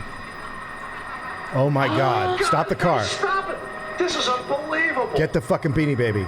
Several hundred little international bears Yeah, get it. to McDonald's, dumped accidentally in the middle of 5 lanes of 285 rush Don't hour traffic. drive by. The Golden Arches lost, but someone's gain. It wasn't pretty. Oh yeah! Get it! Oh my God. Yes. They're rolling on this, right? Would you ask your mom to pull over? Yeah. You think she would? They're crazy. Yeah, get him. Folks, just Beanie Babies. That kid's the best. Come Just on, folks. Beanie Babies. Come on, folks. They're just Beanie Babies. I stop the car and I just grab a bunch. I mean, it's money. It's money on. Well, that's what they it's did. One money. motorist said he saw it, quote, at least 6 or 7 motorists leaning from their cars to scoop up the Beanie Babies with one hand while they kept rolling with the other hand Yeah. on the wheel. Yeah. I mean, you've trained. If you're into Beanie Babies, you've trained for that kind of moment. This is a trainable moment. Yeah. Absolutely. After the promotion ended, employees were given pins in some shops that read, quote, I survived the attack of the Teeny Beanie Babies. Oh, that's fun. Now they're having fun. Now, the already frenzied beanie market went frenzied dear. One large toy shop, Zany Brainy. Which? I remember Zany Oh, Brainy. is it a chain or is it just a? It was a chain. Yeah, hell yeah, it was. Had people answer the phone, quote, thank you for calling Zany Brainy. We do not have any Beanie Babies in stock right now. So things now... Yeah, but I don't buy it. I'm going there anyway. No, you're not buying anything, sir. No, but I know you said on the phone you don't have them, but I'm here. And Where are the Beanies? I know you got a special stocking back, if you know what I mean. What do you need? What do you need? What do you need from me? You want to? Look, I don't want any bullshit. I just am looking for the Beanies. You want to trade a car? This guy's offering his car for some Beanie Babies. I want Mr. Monkey time. Mr. Monkey time? Mr. Monkey time. I just want to. So we just got to start here. This guy's out of his tits. So why don't we just put a baseball on the body of a doll and tell him that it's Mr. I want the Mr. Monkey time with the tits. Okay, so here's just you know what I mean. I don't know what we're gonna do for the tits. Just get a couple hacky sacks and glue it to the doll, and then just tell this guy it's $25,000. You got the jerk off lamb? Okay, so we got to call the police and get this guy out of the shop. But for a minute there, it sounded like we could angle something. But this guy, again, is talking about kind of whacking into the beanies, which for us is not cool. You know what? I'll take just the tits. Just give me the monkey tits. All right, so look, I don't know where we're at with this guy because now he just wants monkey tits, which sort of is the worst, craziest thing I've ever heard, but it's also really easy to do. There's beans in those, right? Sir, yeah, there's beans in the tits. They can stand up on their own? Yeah, these tits can stand up on their own beans. All right. Okay. So I'll trade the car for that. So this is called Beans Debating, and a lot of our customers seem to be doing. A lot of the single dads come in here to Beans Debate. Hey, my wife hasn't slept with me for 6 weeks. I need one of these Beanie Babies. I wonder what her problem is. You're such a catch. All right, so things are nuts now. Nuts. There were beanie auctions. Gareth, no. been nuts since there were it fucking beanie started. auctions, Dave. Shut what up. What in the fuck is that's happening, a beanie America? That's a beanie auction. I can't believe this country can't handle COVID. That's a beanie. Of course he makes it. Ladies and gentlemen, we're not trying to turn this into a COVID. There were, the beanies were like the stuffed Rolling Stones, okay? Everybody wanted a piece. Beanies were in the news. WBBO Talk Radio, hotter than Cabbage Patch Dolls, Smurfs, hula hoops, and pet rocks ever hope to be. Beanie Babies are in the news today. A Hallmark store in Columbus, Ohio had over 500 people waiting in a line over 2 blocks long starting this morning at 5 a.m. The store opened at 10, and even though there was a limit of 3 Beanie Babies per customer, by noon they were sold out. Unfortunately, over 200 people were still in line, and they were upset, but the owner promised more Beanie Babies would be in by next week. I imagine they'll probably start lining up sometime soon. Unbelievable. Unbelievable. This is crazy. What a voice, though, huh? Great voice. Great face for radio. Yeah, you don't want to see the rest of it. Yeah, though. no, The rest of it's a bummer. that's the guy who comes in asking for monkey tits. Divorcing couples were being forced to split their massive Beanie Baby collections up one by one in courtrooms. What, you fucking stop it right now. I will not stop it. What? They're actually picking in front of the fucking judge? Yeah, so they couldn't figure out who got what, so the judge basically gave them the dodgeball rules, and we're like, you each get to pick one, and then they just separated into 2 piles. And again, on paper it sounds pathetic, but then you see an image like this, and you're like, it's not that sad. What? Who in the fuck wears a fucking short sleeve shirt and Bro, he's got some beanie sorting to do. He's not going to sweat up in the courtroom. She's an idiot for wearing a suit to court. Look at the lawyer in the background. He's like, so I just got to kind of figure out what I'm going to do next. This is ridiculous. I don't really understand. I can't. You know, I mean, imagine the judge at one point during that case had to be like, hold on one second. Did you or did you not buy the Squealer the pig from the mall? You know, I'm just trying to get a sense. I don't care about the house. I want the spider. So, all right. So it's wild. And listen, I'm not saying that things got out of control, but you are saying that. You've said it a bunch of times. Well, let me just say that there was a beanie rap. Benji. Oh yeah. Let me tell you a story about a guy named Tyson. He created these beans that make me hot. Little beans in their bodies and cute little faces, and addicted to them. Been to all kinds of places, smuggling beans upstairs. It's no lie, and it all ain't at all on a guy named Ty. Beanie rap. It's a beanie rap. It's a beanie rap. I'm all tied up. Tell me you're not going to be singing that. There are times when I'm so upset I'm a white person. Tell me no. Oh, okay. We're not going to do that. Yes, we are. That white woman is fine. White people don't. Look, I think, first of all, white people are great at rapping, and they're never are better than when it's about Beanie Babies. She did have mad flow. That was pretty. That was Eminem-ish. Like, I get that. It's the Beanie rap. I would actually like to see. I think Eminem it's quite cover catchy. I might be singing that when you drive me up to... Let's not. Thank you. Yes, exactly. Liking the way that the promotion worked, Ty opened up the idea of sporting events. Yep. The Cubs were in the midst of a shit season. Average attendance was under 20,000. The day of the Beanie giveaway... the Cubs weren't good? The Cubs weren't good. I know Holy you can't try to shit. believe. Let's nail down this era. So the average attendance was under just 20,000. The day of the giveaway, the attendance was just shy of 40,000. Double. And here you can see Bill Clinton seeing if there's anywhere to put it. I'm gonna fuck that right I'm excited to date this Beanie Baby. I'm gonna put my dick in there. Sammy Sosa was like, where the Beanie Baby was here. He's like, I don't know what happened to it. I'll tell you, I put a cigar inside it. So that you ever get on Epstein's jet? That's right. I'm going to give this to my friend Jeffrey. He loves these things. How old is the Beanie Baby? Jeffrey doesn't like it. He don't like when it's too old. By the way, I'll probably make somewhere around 28 trips to this island. Don't worry about it. It's just weird to see Black Sosa. Oh, Mom, if only, I mean, can you bring up a picture of Sammy Sosa and show my mother? So that's Sammy Sosa on the left there, Mom? Yes. During this time, him and this other dude, Marco McGuire, in baseball are just like roided up, going nuts with home runs, just hitting many home runs because they're on so many steroids. Yes. Sammy Sosa, it's one of these plastic surgery situations where he's slowly going... Oh my goodness gracious me! And he just mess. And he eventually just becomes. He just over pigments. Oh. Yes. I mean, let me see again. It is so fucking. It's just, man. Crazy. Come on. Horrible. Come on. Here, wait. Show that. Just so we can see what we're. It's too white for the camera. It's too white for the camera. The white balance of the camera's off. Oh, do you remember when Sammy Sosa wasn't a ghost? Yeah. He's like, I haunt Sammy. And that's what he should do. When you do that, you decide you're no longer going to live your life. You're just going to convince the people close to you that you passed away and you're haunting them. There's a treasure. So other Major League Baseball teams followed suit, and attendance rose an average of 37% on Beanie giveaway days. God. Here, people line up to make sure they're front before the stadium opens to get a Beanie Baby. Yeah.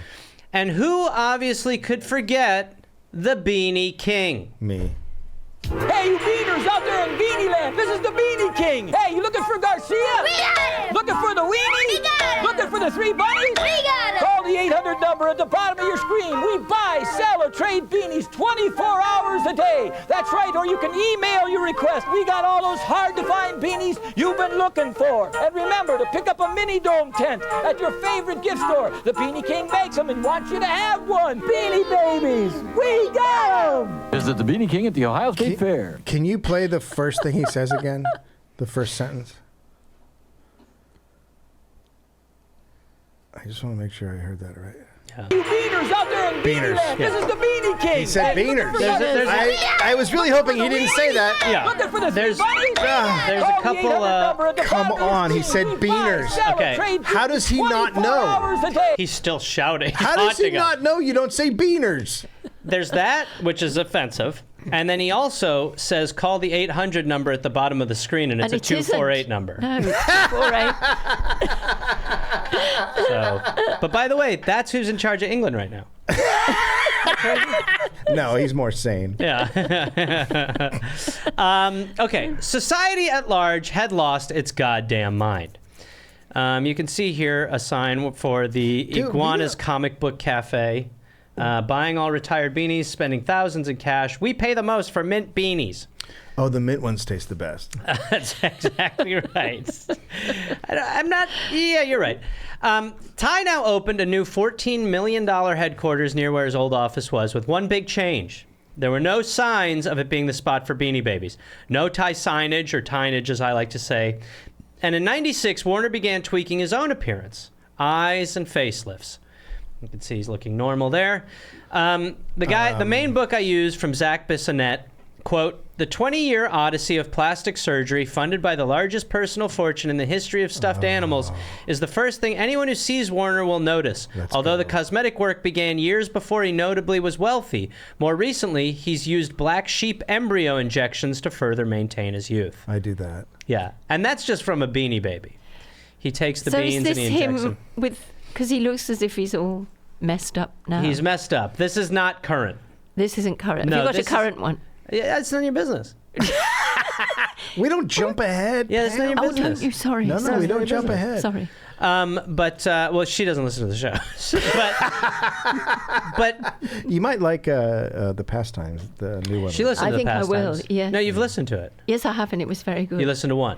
I did, and it was very good. It's not good enough to return for another episode. You don't have to listen to the whole thing, because you can, because we just go through different stories, so you can listen to some. Dave, I got this. Yeah. Call the 800 number at the bottom of the screen if you're interested in listening to the Pastimes. In 1997, eBay auctioned off $500,000 of Beanie Babies. Those who are still selling were seeing an increase of 500% in profit. Oh. Beanie Babies were accounting for 6% of eBay's total annual sales. It's going to drop out. 2 weeks before 1997 rang in, Ty.com shut down, aside from a countdown clock that said, quote, "Are you prepared?" Then, on January 1st, the names of the newly retired beanies were announced. This sent people racing to the stores to get them before it was too late. The site's traffic spiked upwards of 3,500%. Prices rose. It was easy money. Chops the Lamb's price went up 500%. But this is all in the secondary market. The beanies still cost $5 in stores. The beauty was the paranoia of what would be next. It got the people buying unpopular beanies, all on the hopes of it being the next big beanie. There's constant worry and panic trying to predict who would be retired and when. It's like why I bought Dogecoin. There's so much Dogecoin. Because of Elon, your boy. Yeah, that's right. Trivedi, the woman from before, admitted that they knew this and used this. On Tie.com, employees would write updates through the voices of the beanies. Okay, I gotta go. Who would speculate on newer retired beanies. What the fuck she are you said, talking quote, about? "We were able to use the voice and kind of manipulate the market, so to speak. So a single cryptic message from the info beanie could spark a buying frenzy." And they would put this up on the website? Yes, on Tie.com, there would be messages on behalf of, like, Kiwi would be, like, Kiwi the koala would be like, "I think they might retire this beanie." And then people would be like, "Oh, shit, I think it's a sign." So they are just, like, pulling the strings. So one beanie's coming on and being like, "Hey, this is Marty the monkey. I'm going to kill Francis the fucker." No. Nothing about what I said says that Francis happened. the fucker was my favorite, by the way. That's not a beanie. That's the one with the monkey tits. No. From a woman quoted in Business Insider, quote, "It was a full-on frenzy. During several Beanie Baby quests, my son was trampled by a herd of women racing to the shelves to capture an endangered animal. The last, Ziggy the zebra, perhaps." It's not an endangered animal. Absolutely it is. It's a stuffed animal. Absolutely it is. It's not endangered. Absolutely they were endangered. It's not endangered. They absolutely were endangered. Remind me to tell you what one guy does with beanies now online and has a successful business. Oh. It was also a real job creator. There were clothing lines for beanies, beanie furniture, bags for beanies, clear cases for beanies. The clear cases, because that's right, they were no longer for being played with and enjoyed. They were just to be tombed in cases to keep their value. Who the fuck puts a vest on a Beanie Baby? Oh, come on. You want your beanies naked? And the periodicals. Yes. Oh, the periodicals. There was Beanie World magazine, which was bi-monthly. What's in it? What is it saying? It's a lot of stuff about what beanies they think are coming up, but it was also a lot of prices, and it was a lot of where you could find beanies and which beanies were more valuable. So you have all these beanie periodicals kind of flooding the market with different information and telling you, oh, this beanie's worth like $800 or this beanie's worth $600. But it was bi-monthly, meaning that it was once every other month. Or was it twice a month? Well, bi-monthly could be also twice a month. Interesting. Really got you by the balls. Mere periodicals followed, like the Beanie Encyclopedia, a complete unofficial guide to collecting Beanie Babies, Beanie Mania, Beanie Mania 2, For the Love of the Beanies, Encyclopedia, my favorite, The Complete Idiot's Guide to Beanies, Beanie Mania Guidebook, The Unauthorized Beanie Guidebook, Beanie Babies Collector's Guide, Rosie's Price Guide for Ty's Beanie Babies, Pocket Idiot's Guide to Tie Beanie Babies, The Official Beanie Basher Guidebook, Ty's Beanie Value Guide, The Beanie Invasion, The Unofficial Beanie Baby Coloring Book number 4. There were over 100 beanie price guides. Beanies in space. So, yeah, we're not going to do any more issues. Just not great. But not everyone He must have gotten so many offers to do movies. I can't imagine. I mean, offers for everything. Yeah. Like he was, everything. But one publication was not happy with the madness. Beanie Digest wrote a rare dissent piece. The recent Tie retirement announcement has turned previously normal, level-headed individuals into crazed beanie hoarding fanatics. Okay, so then in the real world, where this was all normal and fine, what's normal? The Beanie Baby culture. How is it? You said in the real world? In the real world. It's not normal and fine. Yeah, this was happening a lot. It's not fine. Most people had a Beanie Baby. So you would see a lot of heated negotiations. Beanie negotiations were fierce, like right here. Basically, what would you take on this one of each? Well, total price for all of them where I got them marked is $44. I'll go $4,200 on the whole set. $200. That's with programs, everything.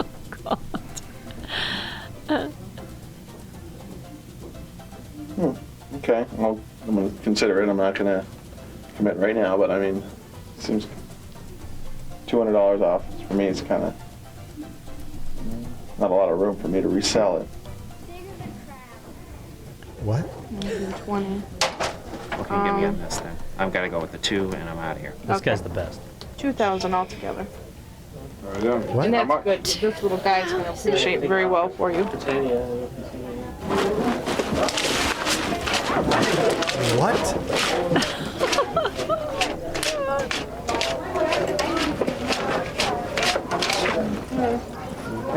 Thank you. What's he filming for? What's he filming for? We're going to be on a Beanie Baby video. This one's the New Face Violet Teddy and second generation hang tag. It's a real pretty piece. And what we trying to get to? This one's 2,200.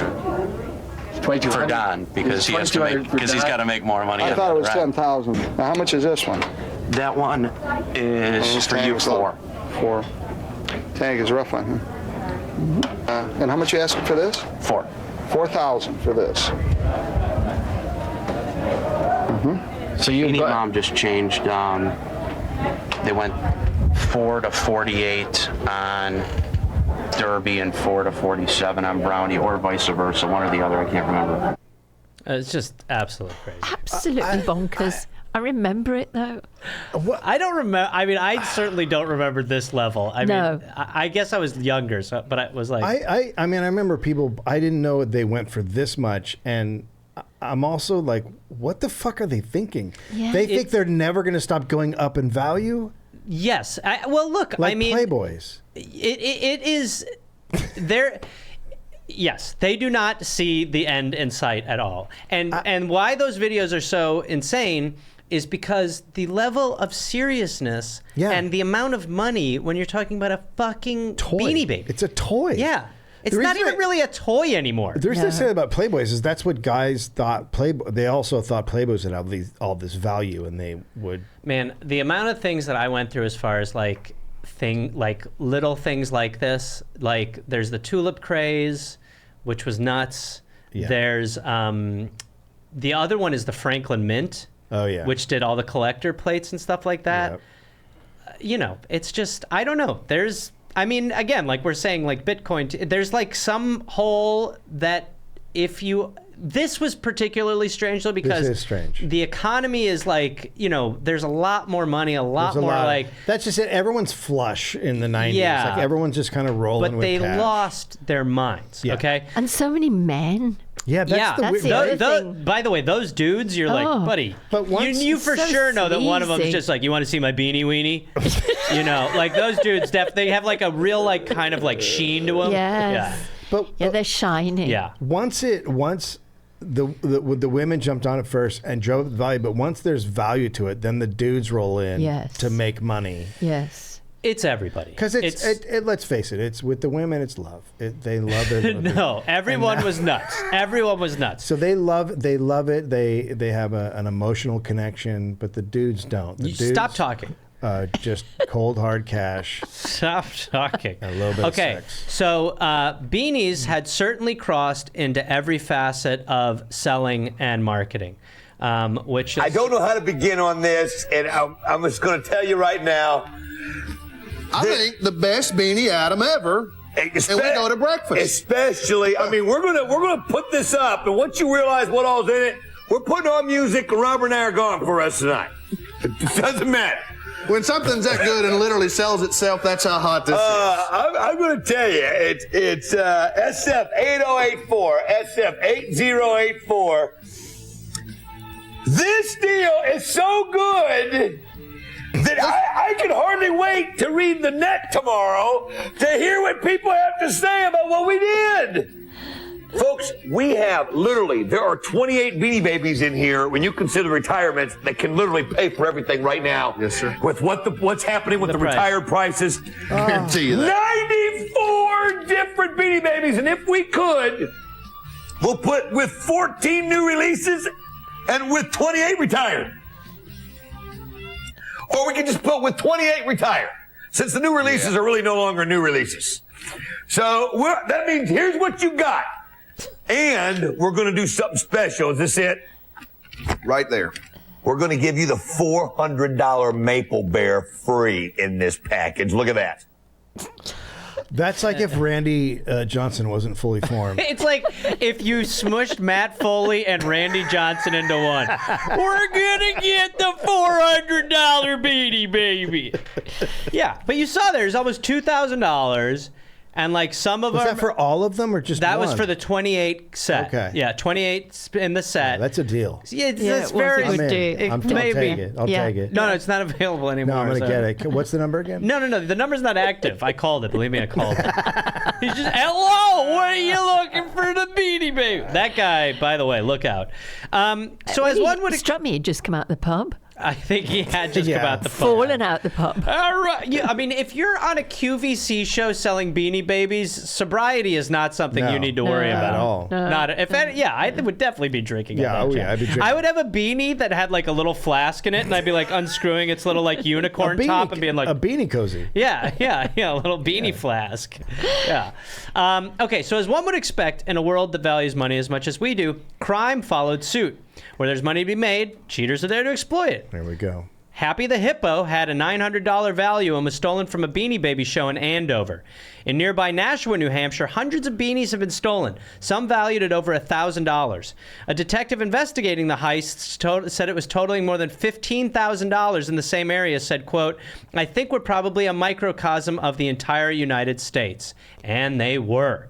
In Sherman Oaks, an armed robber went into a toy store and made everyone suck carpet while he stole around $5,000 in beanies. Someone said, quote, he didn't want the cash register. All he wanted was the Beanie Babies. Oh, my God. Christmas 97 at O'Hare International Airport. 456 counterfeit Grunt the Pigs were seized by U.S. Customs officials. In Orlando, the following January 8th, a separate collectors had each been taken for $1,500 when they thought they were purchasing Chili the Polar Bears. 25% of secondary market beanies were estimated to be fake or counterfeited for their high value. But no beanie was counterfeited more than Royal Blue Peanut. Yep. Royal Blue Peanut the elephant was going for $5,200. Yeah, I fell for this one. All collectors coveted a peanut, like Dave. But upon receiving, some would find issues. Quote, the blue dye came off, end quote, they would say when it touched water. I'll never forget when I slept with Peanut and I woke up and my whole chest was blue. Or you took Peanut into the bath. My whole chest was blue. You took Peanut into the bath and you come out like a Smurf. I sweated. Oh, you sweated on it. Yeah, you were really sad. I was really sad. He was blue. Because he was blue. Mother! Yeah. God damn it. If you're looking for more insight into what a beanie criminal... I did Smurf kink after that. Stop for now? Okay. This beanie criminal will elaborate. I ripped a lady off of $1,500. And the way I got started with that, I was watching Inside Edition one night, and they were talking about Beanie Babies, and I was like, hey, I need to find me a Beanie Baby. So I skipped class the next day, go around to all the shops. I was looking for this thing called Peanut the Royal Blue Elephant, which was selling for $1,500. They didn't have any of those, but they did have these little gray Beanie Baby elephants that were selling for $8. So I bought one of those, stopped by another store on the way home, picked up a pack of blue dye, go home, try to dye the little guy. Didn't work out too well. Get him out of the bath. Looked like he's got the mange. Posted it online. A big picture of one. She thought I had the real thing. She wins the bid, and I got her to send me $1,500. That's the first crime I committed online at that point. I also found out the first real lesson of cybercrime. If you delay a victim long enough, if you just keep putting them off, a lot of them get so exasperated they throw their hands in the air, walk away, and you don't hear from them again, and none of That's where the video just cuts off for some reason. None of them complain to law enforcement. No, they just, they're embarrassed. They're embarrassed that they were like, I was looking for a blue elephant, and I gave him $1,500, and they're like, miss, I mean, I feel like this is on you. Yeah, it's on you. You bought a stuffed animal. But, it's great. More jobs. Yeah. Beanie Baby authenticators could now make a 6-figure income. Yeah, well, people don't realize this, but the late 90s were driven by, it was called the Beanie Baby bounce. Mm-hmm. It's weird that you sort of struggled to get there. No, it was a Beanie Baby bounce, and it was the whole economy was basically just driven by Beanie Babies. Yes, driven by beans and Beanie Babies. Yeah. Well, advice shows began to pop up on how to spot fakes. High-budgeted shows like this one right here. What does the Royal Blue Peanut sell for right now? It sells for about $5,000. And chili? It's Chili sells for between $2,000 and $2,400. That's a big reason to be concerned here about counterfeit beanies. Right. These are some of the counterfeit beanies are on the high price end, so you have to be very careful and know your beanies and educate yourself on these beanies. What is counterfeit and what is not counterfeit? Because you are spending a lot of money for a collection. Can I just? Please, Dave, jump in. May I just say? Absolutely. Who gives a fuck? It's a stuffed animal. It can be fake. It can be fucking fake. It's a fucking stuffed animal. What the fuck? It's Dave, not like it's this a is fucking thousands baseball of dollars. card. It's not like it's a baseball card. It's a stuffed animal. Why is it different than a baseball card? Why is it different than a baseball card? Because a baseball card is stupid too.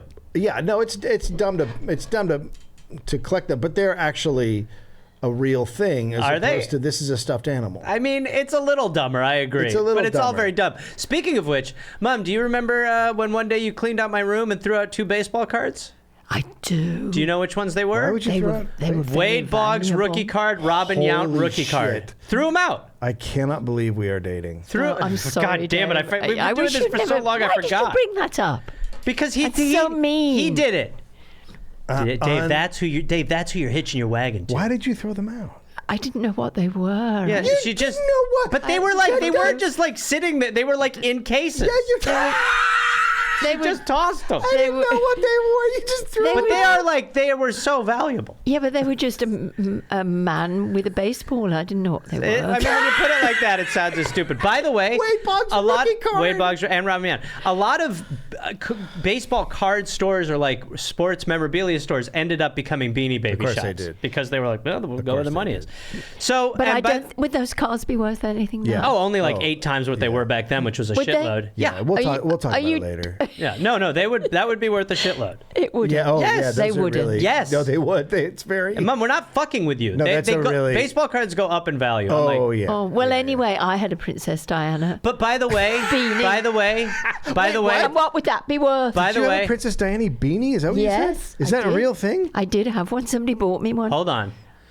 I was, First of all, if you're curious, that was the Beanie don't know King where in it that is. video. I've lost it. International smuggling also became an issue. Sure. I call it the snuggle smuggle. Britannia the Bear retailed for about $8 in the UK, but also sold on the secondary market for around $500 the US. $8 in the UK, $500 in the US. So yes, people would make trips specifically to the UK to purchase Beanie Babies. Bring back a suitcase of Beanie What's Babies. They about? stop you at the on. border. Oh, sorry. This one's Echo. It's Ellen DeGeneres. Hold on, this is... Get him. Video's all Get him. fucked up. Get him. Get him. Get him. supposed to be going like this. Get him. So it's fine. It's this is going in the fast. UK. Goldie. We don't have Goldie. Yes.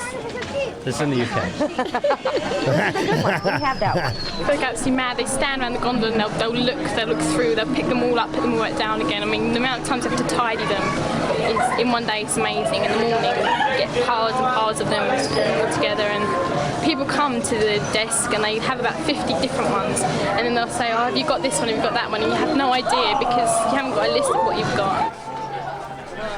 Poor girl. It's a shame, isn't it? It's a shame for her. They just became crazy about them in the United States because they were an inexpensive item you could pick up at the mall for your child. And now they're become collector's items. I love. My favorite thing is how that woman's like, it just became.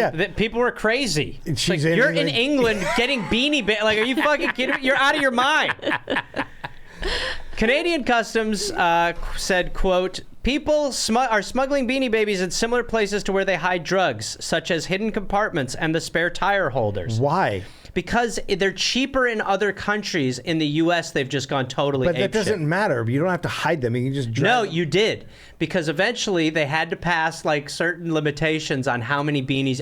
I took this out. What? But eventually they Why? had, because people would be bringing back so many. That's like they'd fine. open a suitcase. No, it wasn't fine. Why? Because eventually Ty had to set, like Ty Incorporated had to set a limit of how many like carrying $10,000 in your suitcase. How can he do that with the globalization? Like, you can't stop me from bringing in stuffed animals. The customs considered them to be so valuable that it was basically like sneaking in high levels of currency. Fuck this country. Well, it's the country that God smiles on the brightest. isn't it? If you say so. Thank you. Wow. On That's August very 31st, political. 1997, Princess Diana was killed by the Queen. So No, on she October... wasn't killed by the Queen. Yeah, they killed her. No. Absolutely, they killed That her. is not right. That's what the paper in front of me It's says. absolute rubbish. Yeah, no, they What do killed you her. know? Well, because I know that's not right. Well, The paper in then front of you're me right. says- You're right. They broke her heart and then they killed her. Okay. Anyway, let's just agree that on August 31st, 1997, Princess Diana was killed by the Queen. No. So what? She was killed in a By the car Queen. crash in a tunnel. Yes, by the Queen. That was orchestrated by the royal family. The Queen, what? She couldn't have hobbled out there to do anything like They that. said, "Give us a sign," and the Queen went. The Queen did this. Yeah. I didn't think so.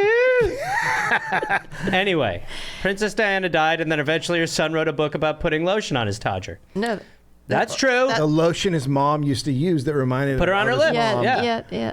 That's peculiar. I do that with Nivea on my penis. That's Thank you, totally Mommy.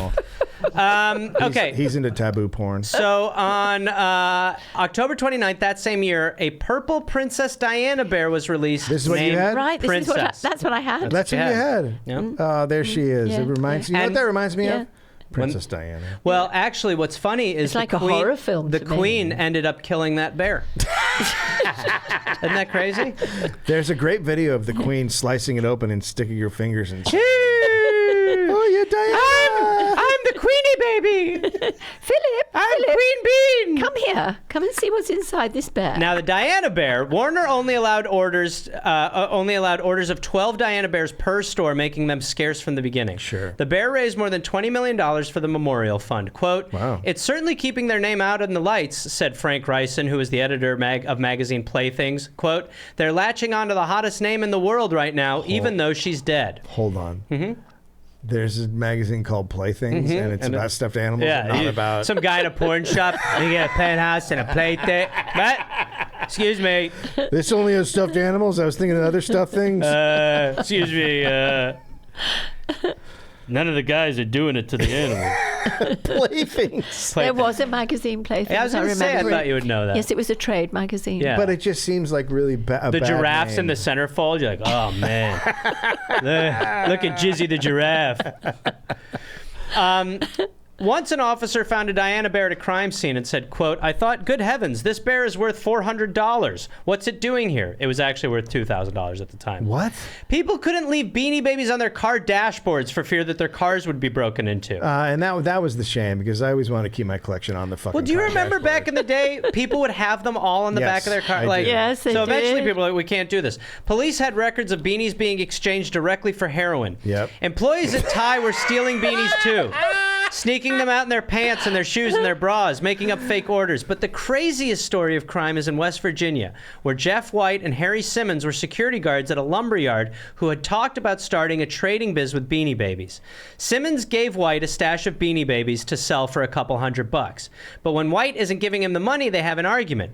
Jeff White came back and found Simmons at work, and he shot Simmons execution style near the timber. While White was in jail awaiting his sentence, he called his mother and said, quote, I cannot go into prison, the Beanie Baby killer. He did. The author of the main book, Zach Bissonnette, that I used for this research, interviewed the Beanie Baby killer in 2014, and before the interview started, White, the killer, asked him, quote, so them Beanie Babies, are those still hot? A 1998 USA Weekend poll said 64% of Americans owned a Beanie Baby. Stores were running out of all of them. The good news was in 98, Peggy Gallagher had gotten every Beanie Baby and was keeping up on all the new ones. Her collection was valued as enough to put all of her kids in college for 4 years at Harvard. Sell it. Dave's favorite. Sell high. And Take the mask off As a and reminder, sell. that's them before they were piranha'd by these Beanie Babies. All their flesh off, and nothing was left but masks and teeth. And a blazer made of Kevlar. And just when it couldn't get any more fucking crazy, another McDonald's giveaway was agreed upon. Why? And if you thought the first one was nuts, you're nuts. Come on. Because the 98 one was even bigger and wilder. Now McDonald's is going to have 250 million teeny beanies. And they took 1 week off of the promotional run to make it 4 weeks. 12 beanies in total were to be offered. With a week off? I think they, A pause? A beanie pause? No, it was supposed to run 4 weeks. I think the first one was supposed to run 5 weeks. So yeah, they took. So it's like smaller time frame, more beanies. So they're like, we'll definitely be okay. They have a Jose. What? No, that's. Oh, no. it is Jose. Okay. Yeah. It is. I mean, I'll take it. Sure. Yeah. That's like one of the nicer things. That is, and that's sweet. You need to get a hold of one of those. I'm good. Jose would like that. It's worth going to jail to get that. Yeah, I agree. What? Yeah, a shooting. Killing a guy. Shooting. Hey, come with me by the timber. I got it. So this right here, the 12 beanies, again gives people a list, a mission, and they wanted it accomplished. McDonald's had its larger ever sales in a U.S. store the first weekend of the promotion. Demand was so high that McDonald's had to limit it to 5 beanies per visit and implement a 2-hour waiting period in between. Mothers and grandmothers then put together search parties. They used cell phones to scout which stores had any of the teeny beanie babies they were missing. In Pennsylvania, a McDonald's manager called the cops. Quote, I responded and observed approximately 50 people standing inside, Officer Brown of Lancaster said. Quote, they said they were waiting for Zip the Cats to go on sale. The employee said the cat will not be sold until all the Dobie dogs are gone. And there were still over 100 dogs to be sold. Employees said it would be at least an hour. But for Ty Inc. and Ty Warner, it was all working. 1998 beanie sales hit $1.4 billion. Jeez. Warner took home $700 million. Oh my God. Do you know how much surgery you can get for that? No, it's a whole... You could be a beanie baby. Yeah, I would walk out of there. He turns into a beanie I baby. would 100% be a cat. He just turns himself into a beanie. Ty? Yes? Love me? Meow. Yeah, he's taking beans out of his chest. Ty became more and more greedy. Lena Trevidi, who we talked about a couple times, who came up with the poems, the website, all that, was still making $12 an hour. Oh my fucking God. Now I hate this guy. She asked to be paid $120,000 a year. $1.4 billion. She asked to be paid $120,000 a year. So much. More than fair. It was denied, and she quit. What a fucking asshole. On December 1st, 1998, Ty.com posted a message. Quote, surprise, guess what? We're letting you know 1 month in advance so your collection can grow. The countdown's begun, so don't hesitate. Get out to the stores before it's too late. This is our promise, our guarantee. Never again in our stores they will be. Our final goodbye to our retirees will be on December 31st, New Year's Eve. I take issue with that rhyming. Retirees Eve. Sounds like the beanie rap lady. No, it's it's the beanie rap. Over the next 2 weeks, 26 beanies were to be retired. Halfway through 1998, every beanie that had been retired sold for more on the secondary market than its original price. Oh my God. For the new year, January 1st, 1999, Ty came out with a whopping 24 new beanies. They had never been released that many at once, so they put out 24. They all dropped at midnight. Now that was a lot of beanies. Marty the Mole Rat.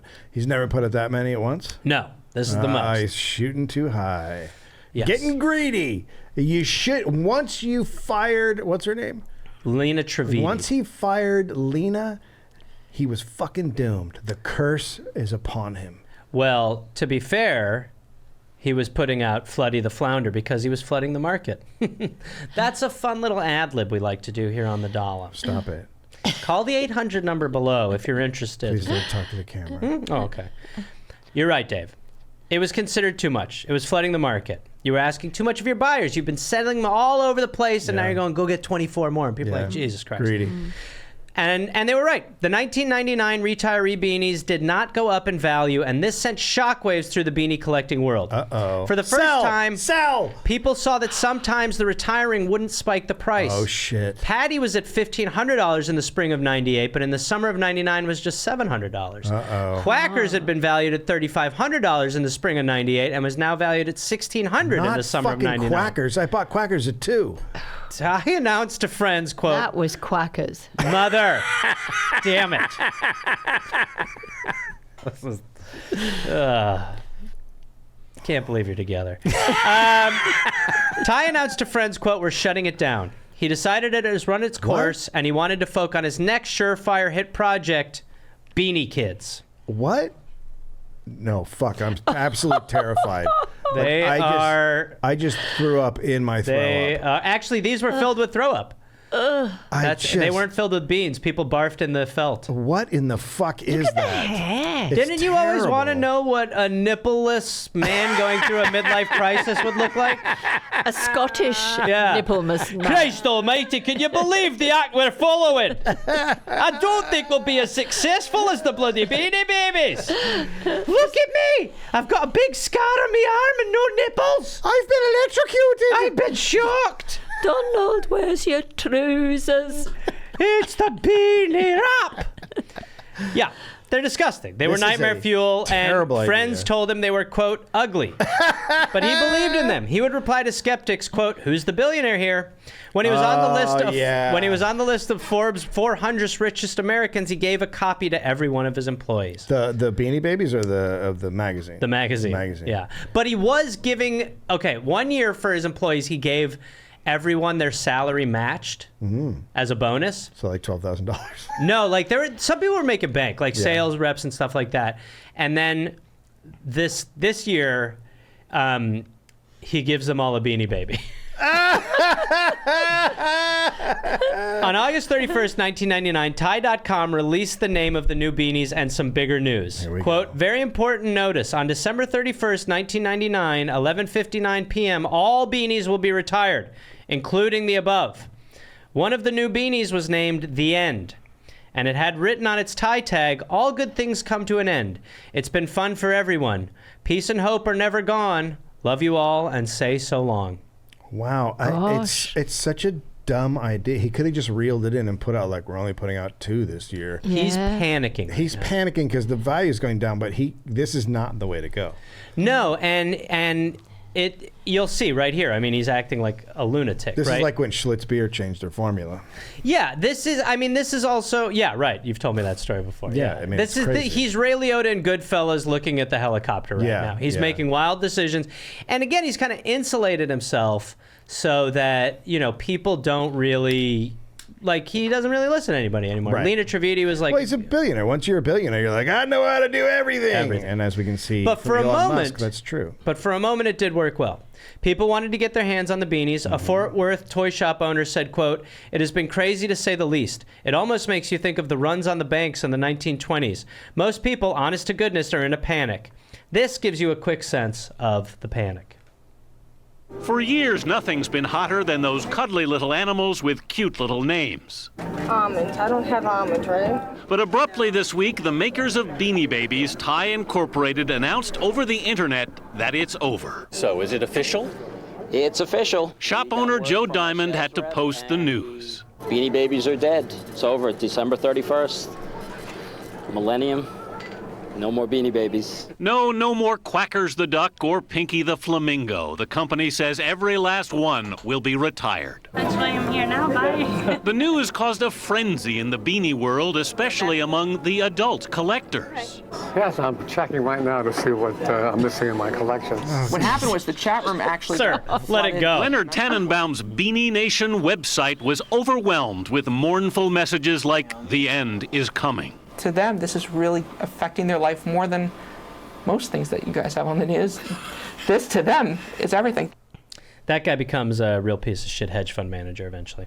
Half of the people took this as a time to start selling off their collections. A quarter started buying more, and an eighth said they were done. It was, quote, just too much. That's interesting. I don't know why people would sell them off unless it's like...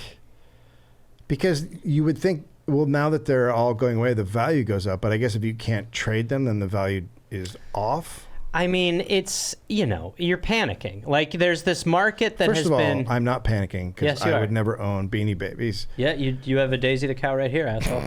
Why'd you get this, stupid? You're right.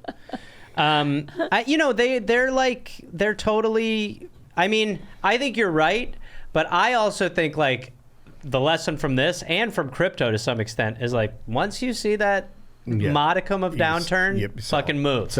Move. Yeah. So, okay, so he's done all that. Then it's Christmas Day, 1999, and Warner makes an even weirder call that he posted on Tie.com. Quote, after much thought, I am willing to put the fate of Beanie Babies in your hands. You make the decision. You have inspired the Beanie Baby line through your devotion to them. There was a hotline set up where people could pay 50 cents to vote. The money went to charity if they wanted Beanie Babies to keep going. 91% of voters wanted the Beanie Babies to stay. But obviously anyone calling would want that, like who's paying 50 cents. What's weird to me is there's like 9% of people calling being like, enough. Well, that's the guy who's like, I lost my friend Jim to Beanie Babies. Yeah, but paying 50 cents to be like, go fuck yourself, Beanie Babies. But it didn't work. It was over. Despite Ty trying to get it back, he couldn't. So many were just left with, well, Beanie Babies. It was once again just a toy. And on November 25th, 2000, the unthinkable happened when Beanie Babies showed up in dollar stores. Oh my God, the bottom. Wow, I didn't think it would happen that fast. Even the classics were losing steam. Websites like buyingbeanies.com popped up and didn't want to know what color or version or face you had or any of that. It offered 40 cents a beanie, flat rate. 40, they're penny stocks. The Beanie Baby bubble had burst. The fall from grace was hard. By 2004, Ty was forced to put his own money into the company to the tune of $39 million. And it was all just kind of this blur. So wait, the little beanie guys, the little beanie humans didn't sell the that Beanie crazy? Kids? I No, can't believe Beanie Kids, believe it or not, Beanie Kids did not do well. How is that possible? They were so cool looking. Can you imagine the balls? You should just make your own. You should just sell stuffed balls at that point. If you think that Stuffed balls little would thing, sell. that little thing is going to be like, imagine people being like, this guy's a genius. He made Beanie Babies. What do you got next? This kind of, yeah, it's kind of like murder kids. It's a semi-human child. You know, it's like if a man, fucked a mannequin. This thing. Where are the nipples? I'm disgusted by nipples. I know, I don't go near They don't those. have shirts. I had my own removed. Like, he was probably like, Cabbage Patches are probably freaking That's out right. now. This was his cabbage Totally. patch. Yep. So it was all a weird blur, and kicking a toy company or a toy while they were down were the Berenstain Bears. Here we Remember go. them? Oh, yes. Those little fuckers. Yeah. Now, do you remember those as the Berenstein Bears? Berenstein. Yes, well, it's Berenstein, and that's a whole oddity for another time. It proves that we're living in a matrix. But anyway, in the Berenstain Bears, which is what they're called, mad toy craze, they mocked the lunacy of the era. The story was of the kids wanting berry bubbies because everyone else had them, and some had skyrocketed in value. And the father says, just listen to this, said Papa, reading from a Berry Bubbies magazine he had found at the supermarket. A rare berry bubby was sold in Bearville for hundreds of dollars. Did you hear that? Hundreds of dollars. But at the end of the story, they were just left, like most frantic beanie collectors, saying to themselves, all you could do was look at them. Except they had this way of looking back at you and making you think about all the money you had spent on them. 99.5% of all Beanie Babies in mint condition are worth less than they retailed for. And that is the sad reality for many. While it's crazy and funny, a lot of people took out credit cards they could never pay back. God. Bankruptcies, college funds come and gone. And all they had to show for it was a bunch of partially stuffed bean bags that sat in a container in their basement. It seemed like such a good idea. It did. Like this woman who went bankrupt, our beanie wrapper. She is still paying off her debts. She has nothing to show for it. Can't she? What about the album? Did it not sell? She refuses to sell the platinum record that's in her recording studio. She's sticking to her guns. Poor lady. A former rep told a story about how he would see people with the wheelbarrows full of beanies who couldn't afford new clothes for their kids. People had gone all in. But while some went broke, Ty laughed all the way to the bank. That is, until September of 2013. Hell yes. When Warner was brought up on tax evasion charges. Oh, yes. He had apparently been withholding $100 million in a Swiss bank account from the IRS. Oh, yeah. And Warner wasn't just under the gun, he'd also been under the knife. Look at his face. Yeah, he's got a real sour... He has become a beanie. Yeah, my look at that. Look at the mouth. Yeah. Look at his hair. Yeah. Like, the whole thing is just really fucked he's up. bizarre. It's what happens when a beanie kid gets older. Yeah. Ugh. They grow horribly. Warner spoke to the judge through tears and said, quote, I apologize for my conduct. I had great success with my company, and I had so much to be thankful for. He was fined $53.5 million and given 500 hours of community service and no jail time. The federal sentencing guide says he should have gotten 46 months. Wow. Fuck. God. Here is a picture of his mansion's gates being repainted gold the day after the ruling. Why are they being repainted gold? Because he has the money, because fuck you. That's why. Warner is now a hotel tycoon. That's his whole own bag of beanies. What hotels does he own? Tons. He owns the Four Seasons in New York. He owns a couple Four Seasons. He owns ones in Santa Barbara. Tons. He actually lived at the top floor of the Four Seasons for ages. Sure. But he has shuttered many of his businesses since COVID, and his employees mostly hate him. There are many lawsuits, and in 2021, his longtime partner sued him for $400 million after their marriage-like relationship ended amid claims of years of abuse, physical and mental. Warner denied the allegations as, quote, "the lawsuit is a money grab filled with lies." Still, every 7 years or so, it seems like rumors come out that make people think Beanie Babies may be valuable again. Like in 2007, when people bought into the rumor that the Princess Bear, Alpha Diana, was worth $100,000. You still have it? I said, wait a minute, I don't have that bear. Kelly Despotakis remembered her daughter getting that bear as a baby. First, she told her husband. And he was up and into the basement in about 30 seconds flat, and he has had 2 knee replacements, looking for the bear. I found it. Then she told her daughter. First, I got super excited and just ran up and hugged her, and then I started crying a little bit. It would just be so great if this actually was worth a lot of money, because I really need to pay for my college. You're not going to college. So, sorry. Do you think it wasn't? Can you imagine taking that to Stanford and being like, so? They're like, actually, you're more Emerson material. No, it wasn't worth it. But what I love about that clip is she's like, they spent all this money on Beanie Babies, and she's like, I need college money. Like, America is just the fucking worst. Yeah. It happened again in 2021 with the Princess Bear and a few others. People believed they would be worth thousands, but again, it was a scam. So that is the story of the cuddly crypto, of Beanie Bitcoin, of commemorative plate plush. The saga is all pretty well summed up by Peggy Gallagher's sister, who, when reached for comment when Peggy completed her collection of all 822 Beanie Babies, here they are again before the murder. Her sister said, when her sister Peggy completed, quote, "The calm experienced with owning the collection comes only after the storm of the hunt. How did she do it? Thousands of dollars to Ma Bell looking for them, hours on the computer trying to find people who could trade for what they needed, harassing poor tie reps, following overnight couriers thinking they had her beanies. Why this happens or how this happens is beyond me.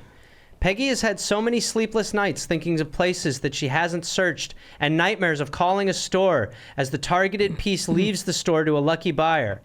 It is just about the time when hopelessness overcomes you that you just then happen upon the animal that has eluded you for so long."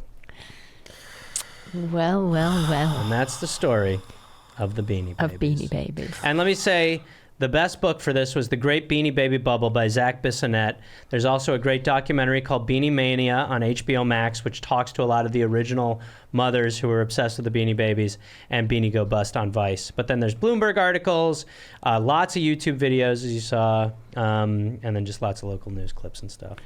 But that's the story of the Beanie Babies. You said I'm gonna save something until the end. Now I can't remember. Oh, it was the guy. So this one guy, I don't know where he sells them, but his parents had a huge collection of Beanie Babies. And so what he started to do was he came up with a business where he cuts the head off the Beanie Babies and he puts them on the little like mountings that you would put like hunted animals on, and he sells those, and he makes quite a little bit of money. That's hilarious. Yeah, there are a couple so like funny. beanie businesses that have popped up, and there's like some good stories and ways, but it really is just like, it's just a tragic story of And like he never started selling them again? Or he actually kept selling them. And in like 2013, he tried to do something with these, which were called Beanie Boos. Let me see Beanie Boo. Oh my God. And he basically, what he did was, he created like a beanie metaverse. Sure. With beanies, where you could become the beanie and interact with other beanies on this website component. But all of it is... Now we're getting into sex stuff. All of it is totally failed. You still buy Beanie Babies. Did you buy that one? Yeah. You could still buy them. CVS have them? Yeah, they're everywhere still. Like now I notice them everywhere. So he's still making money off Beanie Babies. He still makes money, but it's like... Not like it was. No. We're talking... But he still makes money. Yeah. He's a rich monster. And now the company is more into like acquisitions too. Like it like acquired like Bratz dolls and like Garfield, I think, and stuff. Yeah, so. you got to start buying. This one's called Fudge. Yeah. And its birthday is December the 13th. So you just had a birthday, Fudge. Oh, that's Fudge. nice. Should we? Oh. Oh, look, he's got the cows come to his party. Oh, it's well. Oh, that's fun. That's fun. Yeah. That's Fudge. So there you go. That's the. Well, that was very interesting. Benji, that was great. Thank you. Thanks. It was great. Thanks, yeah. Derry. Yeah. We mustn't tell Garfi though. No, don't tell Garfi about Benji. Benji did a good job. Yeah, No, don't tell we won't Garfi tell that Benji Garfi did a good that. job. He'd be a bit upset. Yeah. Did you enjoy this time, Mother? I did. It was very good. It was very. Do you have any interesting. extra Beanie stories or any toy sale rep stories? No, left over? no. I think I've covered all of them. But I just remember it was absolutely crazy. And as a toy rep, you were so jealous of the tie reps Because they were making a ton of money. They were, yeah. And we were all struggling, trying to. It's sell like our- pharmaceutical our little sales. wooden trays. You got it was on commission? Yes, it was all commission. So that was when he was matching the Yeah. salaries those people were making. He was Yeah, matching people's yeah. huge salaries. But I bet he was cutting down on the commission, because at one point commission was probably 10%. But I bet when he got big and he seems nasty, I bet he cut it down to like 2%.